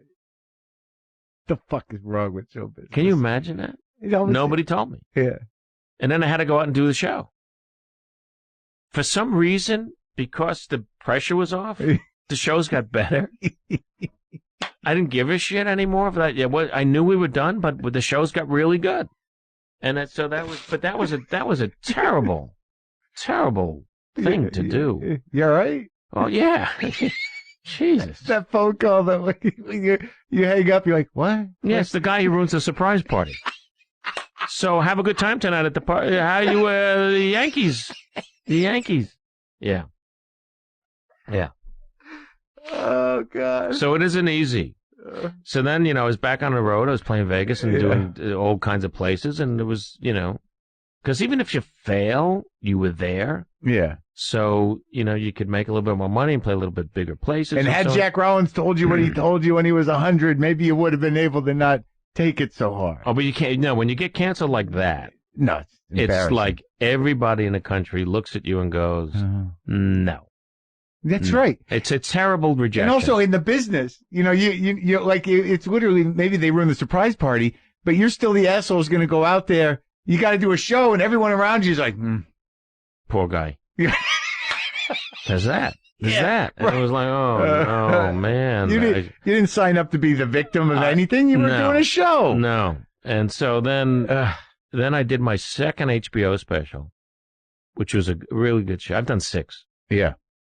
Second one was called The Comics Line, and it was the opening was a parody of a chorus line. Yeah. So I played all of these people auditioning for this special. Oh yeah. It was really fun. I can't remember that. Yeah. Yeah, it's good. And that was when Michael Fuchs was there. Yeah. Yeah. And it got really strong reviews and so on and so forth. And Dick Ebersol called me and said, "We'd like you to host the show." So now I was hosting SNL. Yeah. You're a big comic now. No. I mean, you're one of the guys, because that's when, like, I think the nation started to recognize that you were the guy that did all the stuff. You did the impressions. You did the great comedy. You had the HBO specials. Yeah. Like, you were, a top comic. Yeah. It was a really good time. Yeah. It was a really good time. But when did the movies come? Movies come at the end of Saturday Night Live. Because when Harry Met Sally is... That's later. The first movie was Running Scared. Yeah. With Gregory Hines. Oh, yeah, right. Yeah. That was right after SNL. So I was there for a year, Yeah. And then comes Throw Mama from the Train. Funny. Princess Bride. Oh, that was all before Harry Met Sally? Harry Met Sally. Princess Bride with Carol Kane? Yeah. You played the little old guy? Yeah. Miracle Man. Yeah. Great. Have Fun Storming the Castle. That thing. Yeah. And I'm actually in Spinal Tap, too. No, I know, the mime. Yeah. Yeah, great. And then Harry and Sally. And then City Slickers. And then, so it was plus, I was hosting, in 86, we started Comic Relief. Yeah. So that was a great thing, to be able to be with Robin and Whoopi and all the other comics. Now, were you friends really with good. Robin all the way through? Like, did you guys work together? Or was it really that brought you guys close? That got us closer. Yeah. We knew each other, Right. But, he traveled in a different world. Yeah. In the late 70s than I did. Mm-hmm. And then... Slightly more dangerous world. Yeah. Yeah. Yeah. But we always had fun times together. Yeah. But when we started to get thrown together in 86, it deepened. Yeah. And he was a very sweet man. Yeah. Yeah. Sad thing. And Whoopi, did you know her before? Well, no. I had met her backstage at her one-person show. So whose big idea was it? Was it Zamuda's idea? Chris Olbrecht. It was Olbrecht. And Zamuda. Yeah, Zamuda and Olbrecht. But Chris to bring you guys together. Yeah. Huh. And it was great. Oh, yeah. It was history making. It was fantastic times. And to be with all the other comics, it was terrific. Great. And he all the new comics every year. Oh, it's beautiful.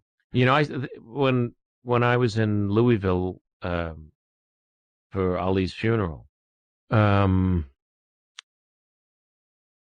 he had asked, oh God, I gotta go back, change the narrative.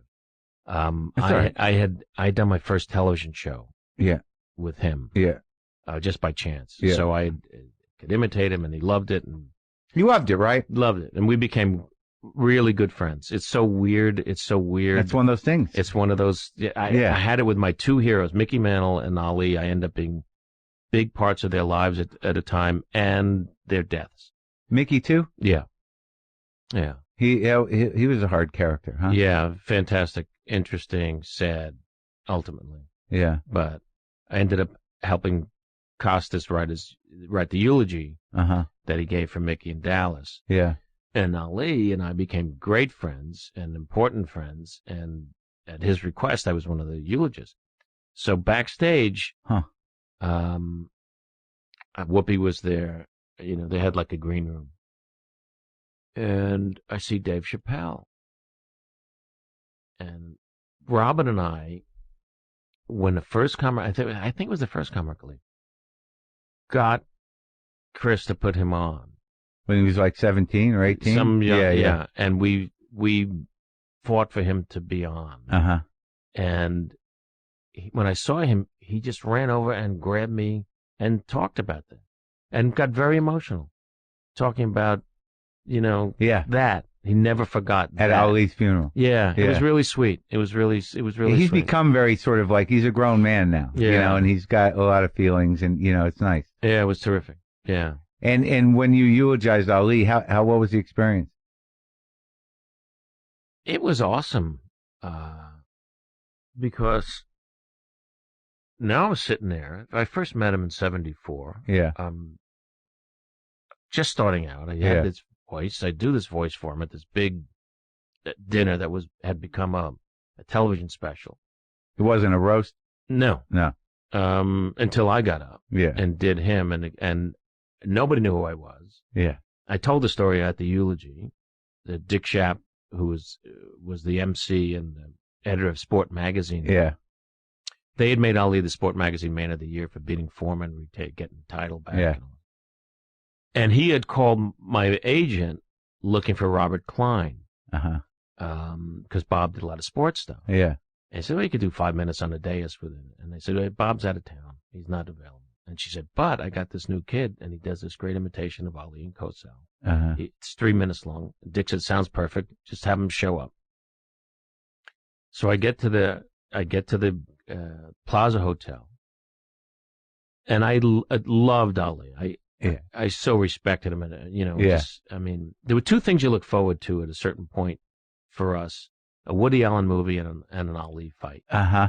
Those are two like huge events. Right. And sometimes you couldn't tell what was more important to us. Yeah. And Dick said, how do I introduce you? So I said, just say I'm one of Ali's closest and dearest friends. Yeah. Thinking I'll go into the Cosell, and that'll make sense. Yeah. And I won't have to talk. Right. I won't have to introduce it. I'll just, boom, bang, right in there. Yeah. Another Scorsese kind of edit. Yeah. And I walk into the ballroom with Janice, and I'm like, oh, my God. That's Franco Harris from the Steelers. And there's Gino Marchetti from the Colts. Archie Griffin, Heisman Trophy winner. It's everybody is here. There's Neil Simon and George Plimpton. Oh, my God. And I led up to the dais. I'm sitting 3 seats from Ali. And I told the story. I said, he's looking at everybody and seeing Ali in person for the first time. Yeah. Oh, my God. I mean, he was 33. Yeah. He was the king of the world. He just defeated Foreman, who people thought was going to kill him. Yeah.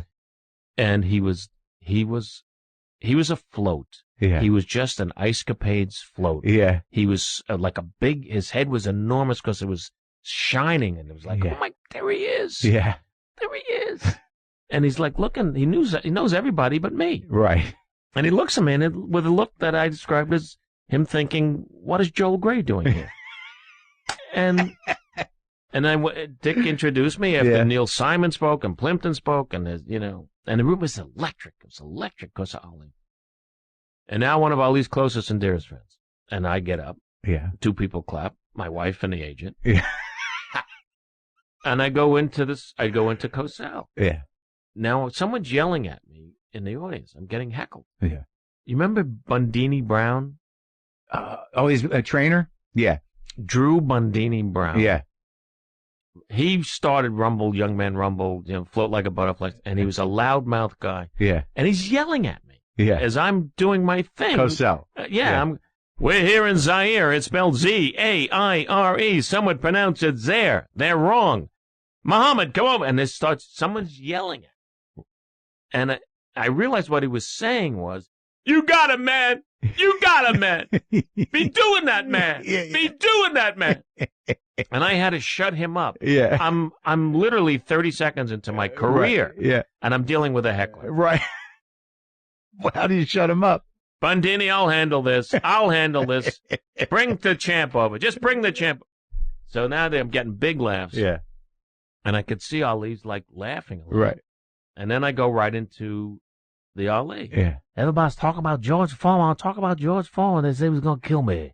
George couldn't kill him by big laser punches. I roped the dope was in, and I'm announcing tonight I'm changing my name again. I got new religious beliefs.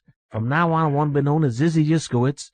Izzy Chaim Yiskowitz, because Chaim the greatest of all time. It's Jewish boxing, Howard. You don't hit the man, just make him feel guilty. Killing? Yeah, killing, beyond killing. He is next to me, and he's now a big St. Bernard puppy. Yeah. He's putting his napkin over his head. He's getting up, throwing punches at me. It was delightful. I mean, beyond belief. Yeah. Get huge ovation. Yeah. He hugs me and whispers in my ear, "You're now my little brother." And that's what he called me for 42 years until the last time I saw him. Yeah. I was pretty amazing. That's amazing. Yeah. What a fucking beautiful thing. Yeah. And those are those weird things, man. Those are those weird things. I know, when you get a chance, I saw you on, I guess it was Letterman. Yeah. Talking about being with Mel and Carl. Yeah. And, you get a chance to go to the museum. You get a chance to see the Ten Commandments. I mean, they're that. And I was talking about one of those moments, but being with Dave on panel, that was the first time I got to do that.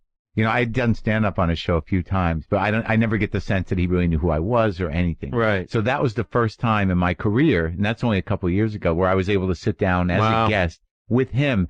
And, I can't even, because he was my guy, I love Dave, sure. Right? So just to have that, and then to have it go well, and to have him, to sort of have that moment, you only got that 7 minutes. Yeah. Are you going to engage? Is this going to happen? Yeah. And, you don't even remember it. You're in it, and then it's over, and it was like, that happened. Yeah. But he was, I felt him. Oh, yeah. That was the greatest thrill. Yeah. Was when I... You must have been with Carson, right? Yeah. But Dave was like a peer. Right. Johnny was a god. Right. It was different. Yeah. I was in a totally different place. Yeah. I loved coming on with Dave. Yeah. I loved making him laugh. Right. I loved, our relationship grew, as a panelist, where right. That's what you want. Yeah. You want to be one of those guys. Yeah. And it got great. Right. It got great. I used to, the 2-3 times a year you would do the show, right.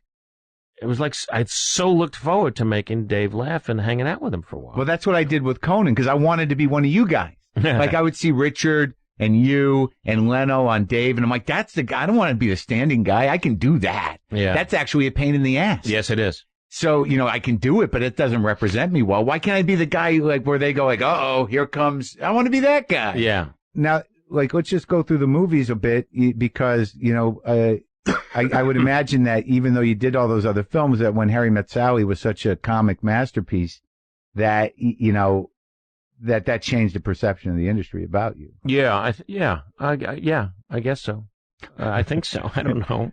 I don't know what they thought about me. But I think people, what's amazing about you, and I mean this as a compliment, was that it's hard when you can carry as much, comedy as you do, to sort of surrender the stage and be a straight guy, in a comic situation. I don't think that people appreciate the significance and power of that. Oh, thanks. Yeah. Do you know what I mean? And you know when it's happening. Oh, for sure. I mean, Magic Johnson, won championships because he passed. Right. And he was a great passer. Yeah. And he could score when he had to. Sure. But he made everybody else better. Yeah. I know who can do this alone. Right. And I've been fortunate to be paired with great, funny or interesting or great dramatic people. Mm-hmm. Where with Bob, with De Niro, I was very much a straight man in that movie. Yeah, no, it was and great. I loved it. Yeah. Because I kept thinking about, listen, I love Laurel and Hardy. Yeah.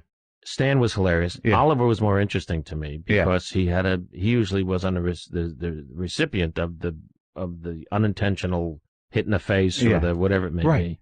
And he would just look at the camera. He would look at the camera and go, "Do you believe the shit I have to deal with?" Right? Yeah. And so with Bob, he was the funny guy. I developed that script and wrote the draft with Peter Tolan. For the first one? The first one. Before Harold came on. He's a great screenwriter, that guy. Yeah. And I would have to be Bob a lot in the writing sessions. I would do him as best I could. And then we got the script right, and I called De Niro. I did not know him very well. And I said, I have something. I think it'd be it's really funny. Yeah. And he said, send it. So we send the script. 2 days later, he called me and says, I like this. Or I like this. Let's do a reading. Yeah. Let's do a reading. So he flies out to California. And we cast the best we could. We got actors in. We go up to a boardroom at CAA. Mm-hmm. And I'm sitting across from him. And he's hilarious. And right away, I know my job.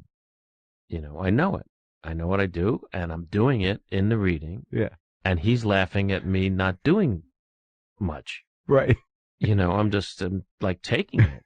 And because I played a guy who listened for a living. Right. I played a shrink. Right. And shrinks don't come right back at you. Right. He listened, and I was intimidated by him, which I was. I was scared of him, which I was a little bit. But I also was loving the fact that Robert De Niro was having a good time and he's sitting across from me. Right. And holy shit, this is going to work. Right. And that was fantastic. I love it. I love it. So I love doing that. I'm a good listener. But it's like, I don't think, I think that you were equally as funny. I think that the dynamic is what it is. In that, the way you process things, you're like, okay. Yeah. When he says, listen, if I talk to you and you turn me into a fag, I'm going to kill you. No, right? Right. And I said, well, we should define what you mean by fag. Look, if I go fag, you die. You got it? And coming out of his mouth was it was genius. Yeah. It was just genius. And, nobody be offended. It's lines from the movie. Right. So, that was It's fascinating, though, that, with, because I watch him now, even in the last movie, and I talked about it recently, The Intern, that, he's a very amazing actor, obviously. Oh, sure. But, he can just tweak that character, the gangster character, that he's played, over and over again. Yeah. It's just one knob turn to menacing, Yeah. how he does the comedy. It's kind of interesting. Well, this was his first real funny role. Right. And he was nervous about it. Oh, am I going to be able to play these guys again? Yeah. And it took him a long time. I said, yeah. I said, Bob, you're an icon. I'm just saying that to him. Yeah. His face. You're different. You can always play those guys because you're so honest. It's so real. Yeah. That, this guy needs to be real. Yeah. And my guy needs to be real. And we're going to, our styles, people will go, what the hell are they doing together? Right. But it'll work because we both are going to exist in our own realities the best we can do it. And he took that. Yeah, and it was great. Yeah, both of them are funny. And the first one, he says, this was, I think, pretty fantastic. He tells Harold, I want to change the shooting schedule. I don't want to see Billy until it's time to see Billy in the script. I want to do all my anxiety stuff, all my stuff first. Yeah. So when I see him, I'm ready to see him. So they change the shooting schedule. And I was a producer of the movie too, so he asked me not to come to the set. Also, he said, I just don't want to see you till please and okay. Yeah. So Peter and I did a lot of rewrites and stuff and that stuff together in that time. So now we're going to shoot on the set, and it's my office, and it's Bob's entrance, and it's my office, right? With Jelly.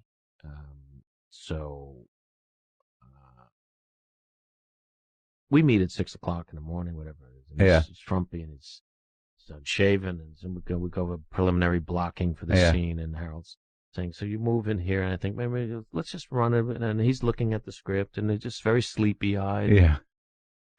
All right, and then where do you want me to go? And Harold said, the shot's going to break down. Once you come in and say, do you know me? And Billy says, yeah, yes, I do. And he goes, no, you don't. All right, no, I don't. You ever see me in the paper? I don't even get the paper. Right. And then the shot would break up. Yeah. And Harold would say, cut. So I said, all right, it's going to be about an hour and a half. So we go and get dressed, get that. And I'm nervous. I'm a little nervous. Yeah. Harold's on the set, and then Bob appears, and he's not Sleepy Bob. He's the guy. Yeah. He's Paul Vitti. He's dyed his hair. He's shaved. He's in a Gotti-like suit. And he's scary looking. Yeah. It went to 11 really quickly. Yeah. And we do a quick little rehearsal, and he doesn't say his lines. Just, I'll be here. Okay. And action. He walks in. You know me? Yes, I do. No, you don't. No, I don't. You ever see my picture in the paper? I don't even get the paper. And cut. Cut. Whoa. He goes, De Niro calls me over. Yeah. And I'm thinking he's going to say, is that how you act? Yeah, right.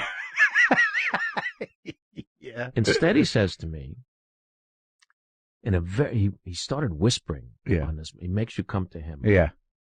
If you see anything that could be funny or something, you think I could do better, just take me aside and tell me, all right? Don't say it, but, because, it's new for me. Robert De Niro is saying to me, if I see anything, I'm his acting partner in this, co-star. Right. If you see anything, help me. Yeah. It was amazing. Yeah. Next take, right? Yeah. You know me? No, same thing. Yeah. And cut. I go, come here. He says, what? Is that how you're going to do it? That's it? And he starts to laugh so hard. Then we were great. And then we would just graze. That's it. And he loved it, and he could take a joke, and it was. I took a chance, and I won. Saying to De Niro, that's the best you got. Yeah, it was fantastic. That set the tone. Yeah, it was great experience. But let's just talk about directing and about a little bit about Mr. Saturday Night and also about Woody Allen. The Mr. Saturday Night, I loved that movie because I was thrilled that you had this horrible thing in you. Yeah. Yeah, like it was one of those movies like, I know that guy. Yeah, there was a lot of Allen in that. There was a lot of Buddy Hackett in that. There was a lot of these... Did you have a relationship with Buddy? Not really. We knew each other pretty well, but not like I did with Allen. Yeah, I loved Buddy Hackett. Yeah. I thought he was very hilarious. Funny. He's so funny. Hilarious. Effortlessly. Hilarious. So, but like I was happy about that take on show business. Well, it was a take on the guys who don't make it. Yeah. Which is a possibility for anybody. Anybody. Any generation. This was not a success story. Yeah. This was a guy who was his own terrorist, who couldn't handle pressure, who screwed up big moments in his career. We made them as funny as we could make them. Yeah. He's the guy who followed the Beatles on Ed Sullivan. Yeah. You're excited? I just bought a house. And... and it was a comics movie. Yeah, and I felt that, and I respected that. And it was lonely, and he was edgy, and it was a risk because it was coming off, two really big, well-received movies, Harry and City Slickers, and Oscars, and it was like a really good time. Yeah, and the movie got really great reviews, and then no business. We didn't do any business, and that was hard to take. It was because I directed the movie, I'm in the movie, I co-wrote the movie, I produced the movie, and we had a 72-day schedule. 53 or 54 of those days, I was in severe old age makeup. Yeah, it's a lot of work. It was exhausting. Yeah, but I loved every second of it. And do you retroactively take Harold Rollins' advice and appreciate the work you put? Oh, big time. It took a long time. Yeah. We had a screening of the movie 2 months ago or something. Malibu Film Societies, like 350 people came. Yeah. I hadn't seen the movie since the premiere. Yeah.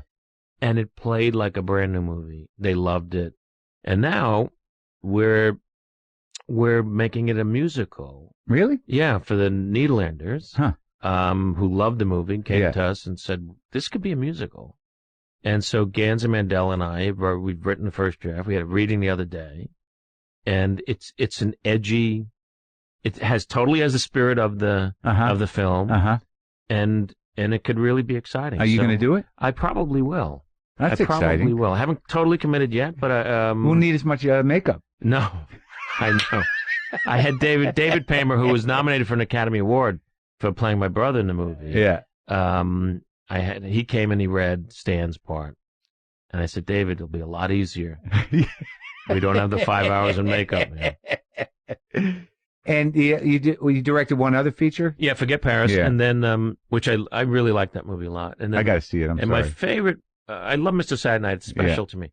But 61 that I directed for HBO. Oh yeah, About Madeline Maris. yeah. That was a real passion project. That I think to this day is like their highest rated movie made for HBO. Yeah. Yeah, I think so. Do you like directing? I love directing. To me, it's the best job. Are you going to do more of it? I wish I had done more up till now. So we've written 2 little movies that I hope to get made that I will direct. I really love it, and I see myself doing that more, hopefully, as time goes on. Yeah, why not? If you can. Yeah. And being that we sort of established it, Woody Allen was very important to us, and and I know that feeling of the new Woody Allen movie. Yeah. Even as he just kept making movies, and you were even able to go like, well, that one. No. Listen, I love Picasso. I don't love all of them. Yeah, right. But I remember seeing you, in Deconstructing Harry, which I like that movie. It's a very good movie. It's a very good movie. And when he cast you as Satan, I was like, oh my God, what's going? Wait, did he just offer that to you? Yes. Did you ask him why you? Yes. And what did he say? I think you'd be a very unlikely devil, and I think you have to understand that I see in the movie you're my best friend, but I imagine you as this guy who's going to take this girl from me, so that you're the devil. Yeah. And I think you'd do very well in the part. So when you get a handwritten letter and just your pages. And I had known him on and off a little bit through Jack Rollins, through the office, who managed him. Yeah. And we got along great because I just went out. People were afraid to talk to him. I just went and I talked jazz and I talked Knicks. And it was great. He knew my family background. He actually knew my dad a little bit. I used to go to that place on 2nd Avenue. Oh, the record store. Yeah, to listen to Sidney Bechet. And so I knew all of that stuff. Oh, that's sweet, huh? And I said, Woody, to me, the devil guy is Hugh Hefner. I want to play him like Hugh Hefner.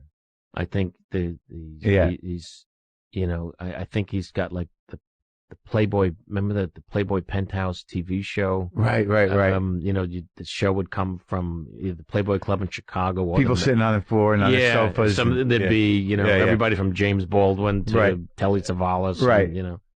And he loved that idea, and so that it's a great cast, and it's a really good movie. I think so. Yeah. And that was the only one you did with him, huh? Yeah. Yeah. Sadly, I'd love to work with him at any time. How about hosting the Oscars? Is that done or? Probably. I don't. There's so many other. No, do you like doing that? I had a great time doing it for the most part. Do you look at it when you're up there hosting the Oscars? Do you look out at the people there and feel like this is my community? Yeah, especially the earlier ones. Yeah, when my film career was rising. Yeah, and the show needed a host. They had a couple of disastrous hosting experiences. When I inherited the job. Yeah. And I was ready for it. I had done 3 Grammy Awards. Right. I did the Grammys 3 times. It seems like a harder gig. Yeah. It's a bigger room. It's weird. Yeah. Right. Well, now the Grammys? Yeah. Yeah, now it's weird. Then it was Radio City. It was the Shrine. Oh, right. It was smaller scale. Yeah. Now it's now I don't even know what's going on there. No, it's like terrible. A basketball stadium or something. Yeah, it's terrible. The venue. Yeah. The music is always great, but it's. So when I presented one year, and then I hosted the first time, I felt part of the community. Yeah. I was never fazed.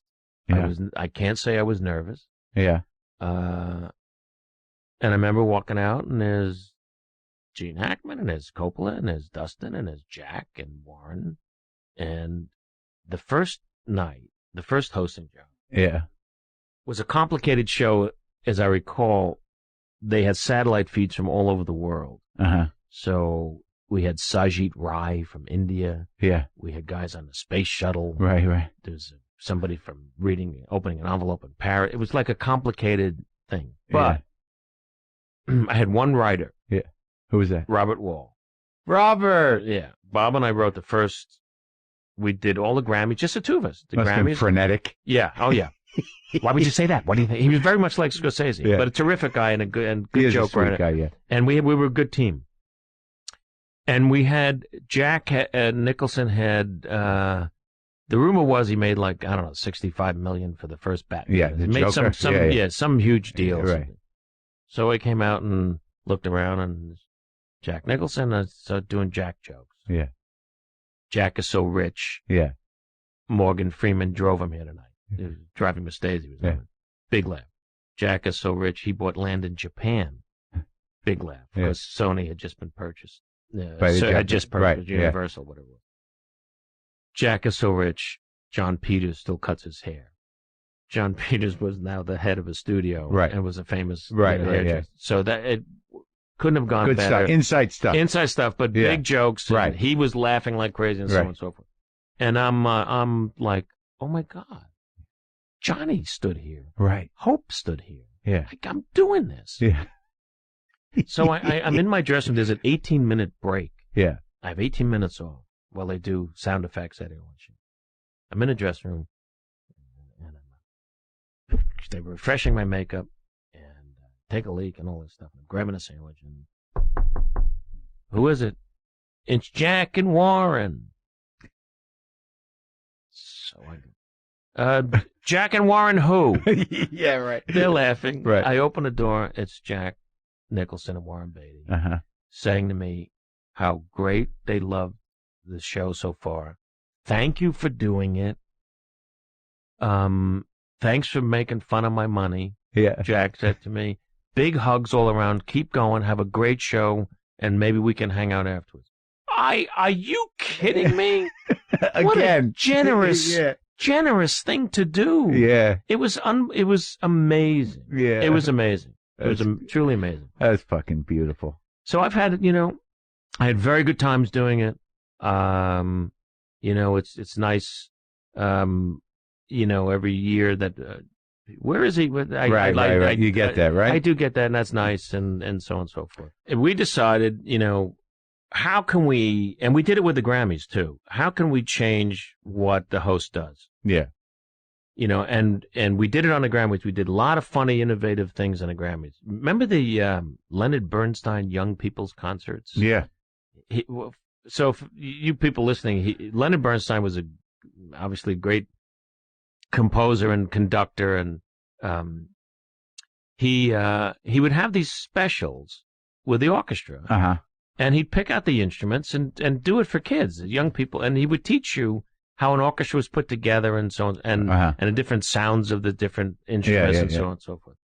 So I always loved that, and I said to Robert Wall, said, let's do a young people's concert, but the orchestra is Bobby McFerrin. And Bobby could do every instrument there was, vocally. Yeah.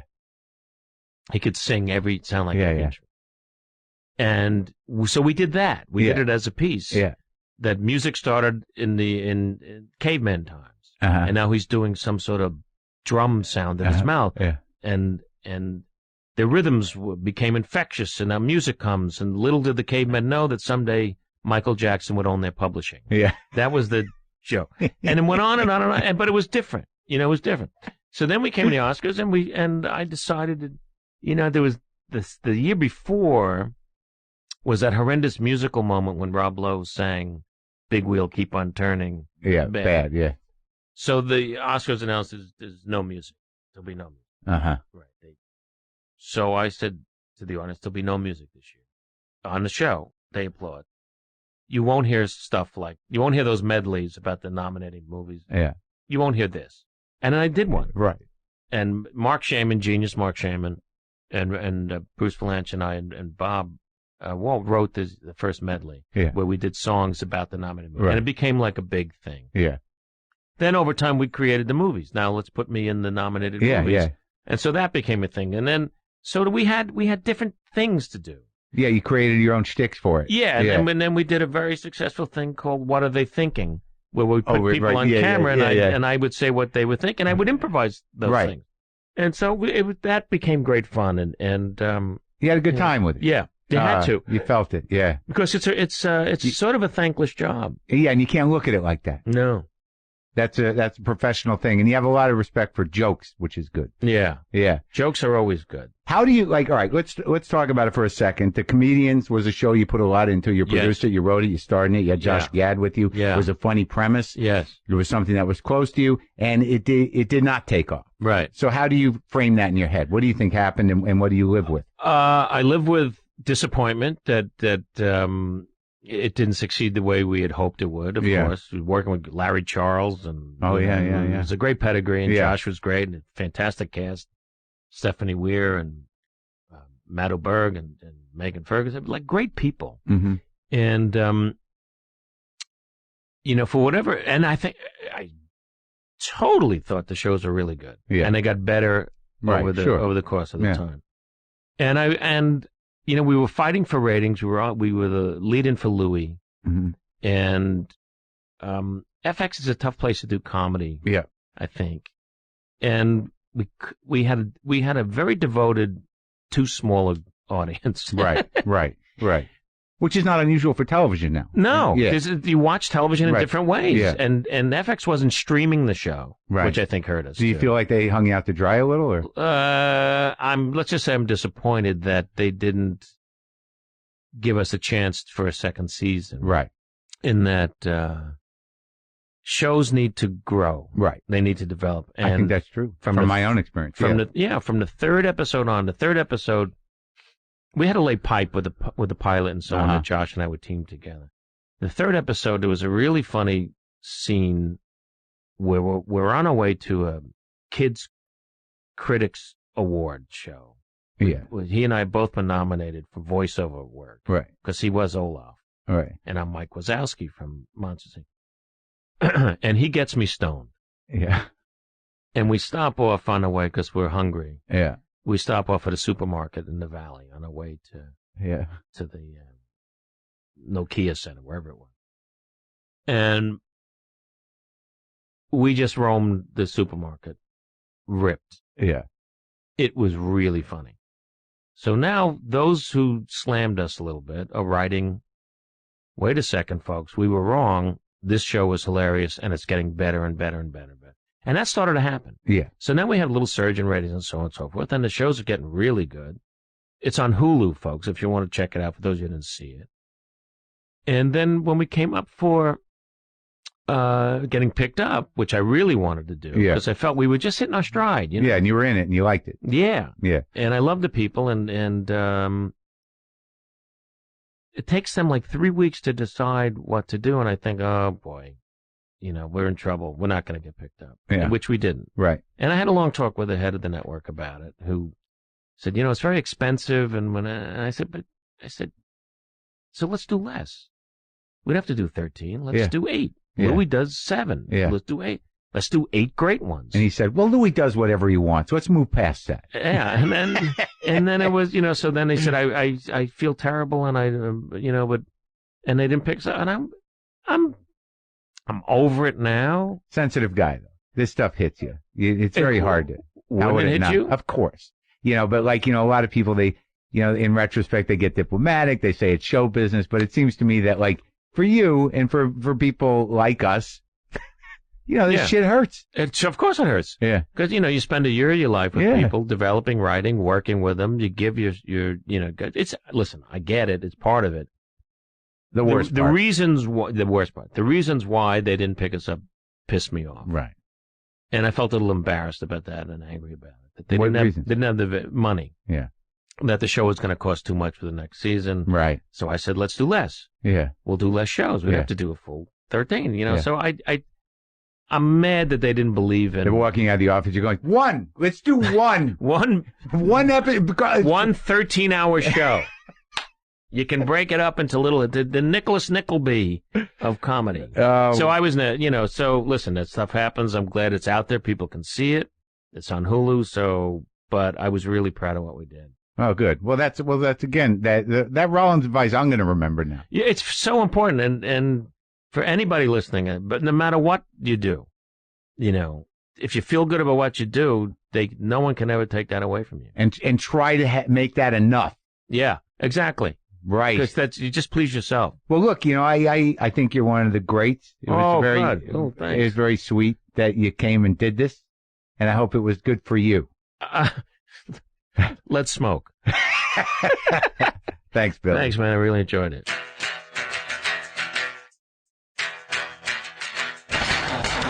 One of the greats, Mr. Billy Crystal and me.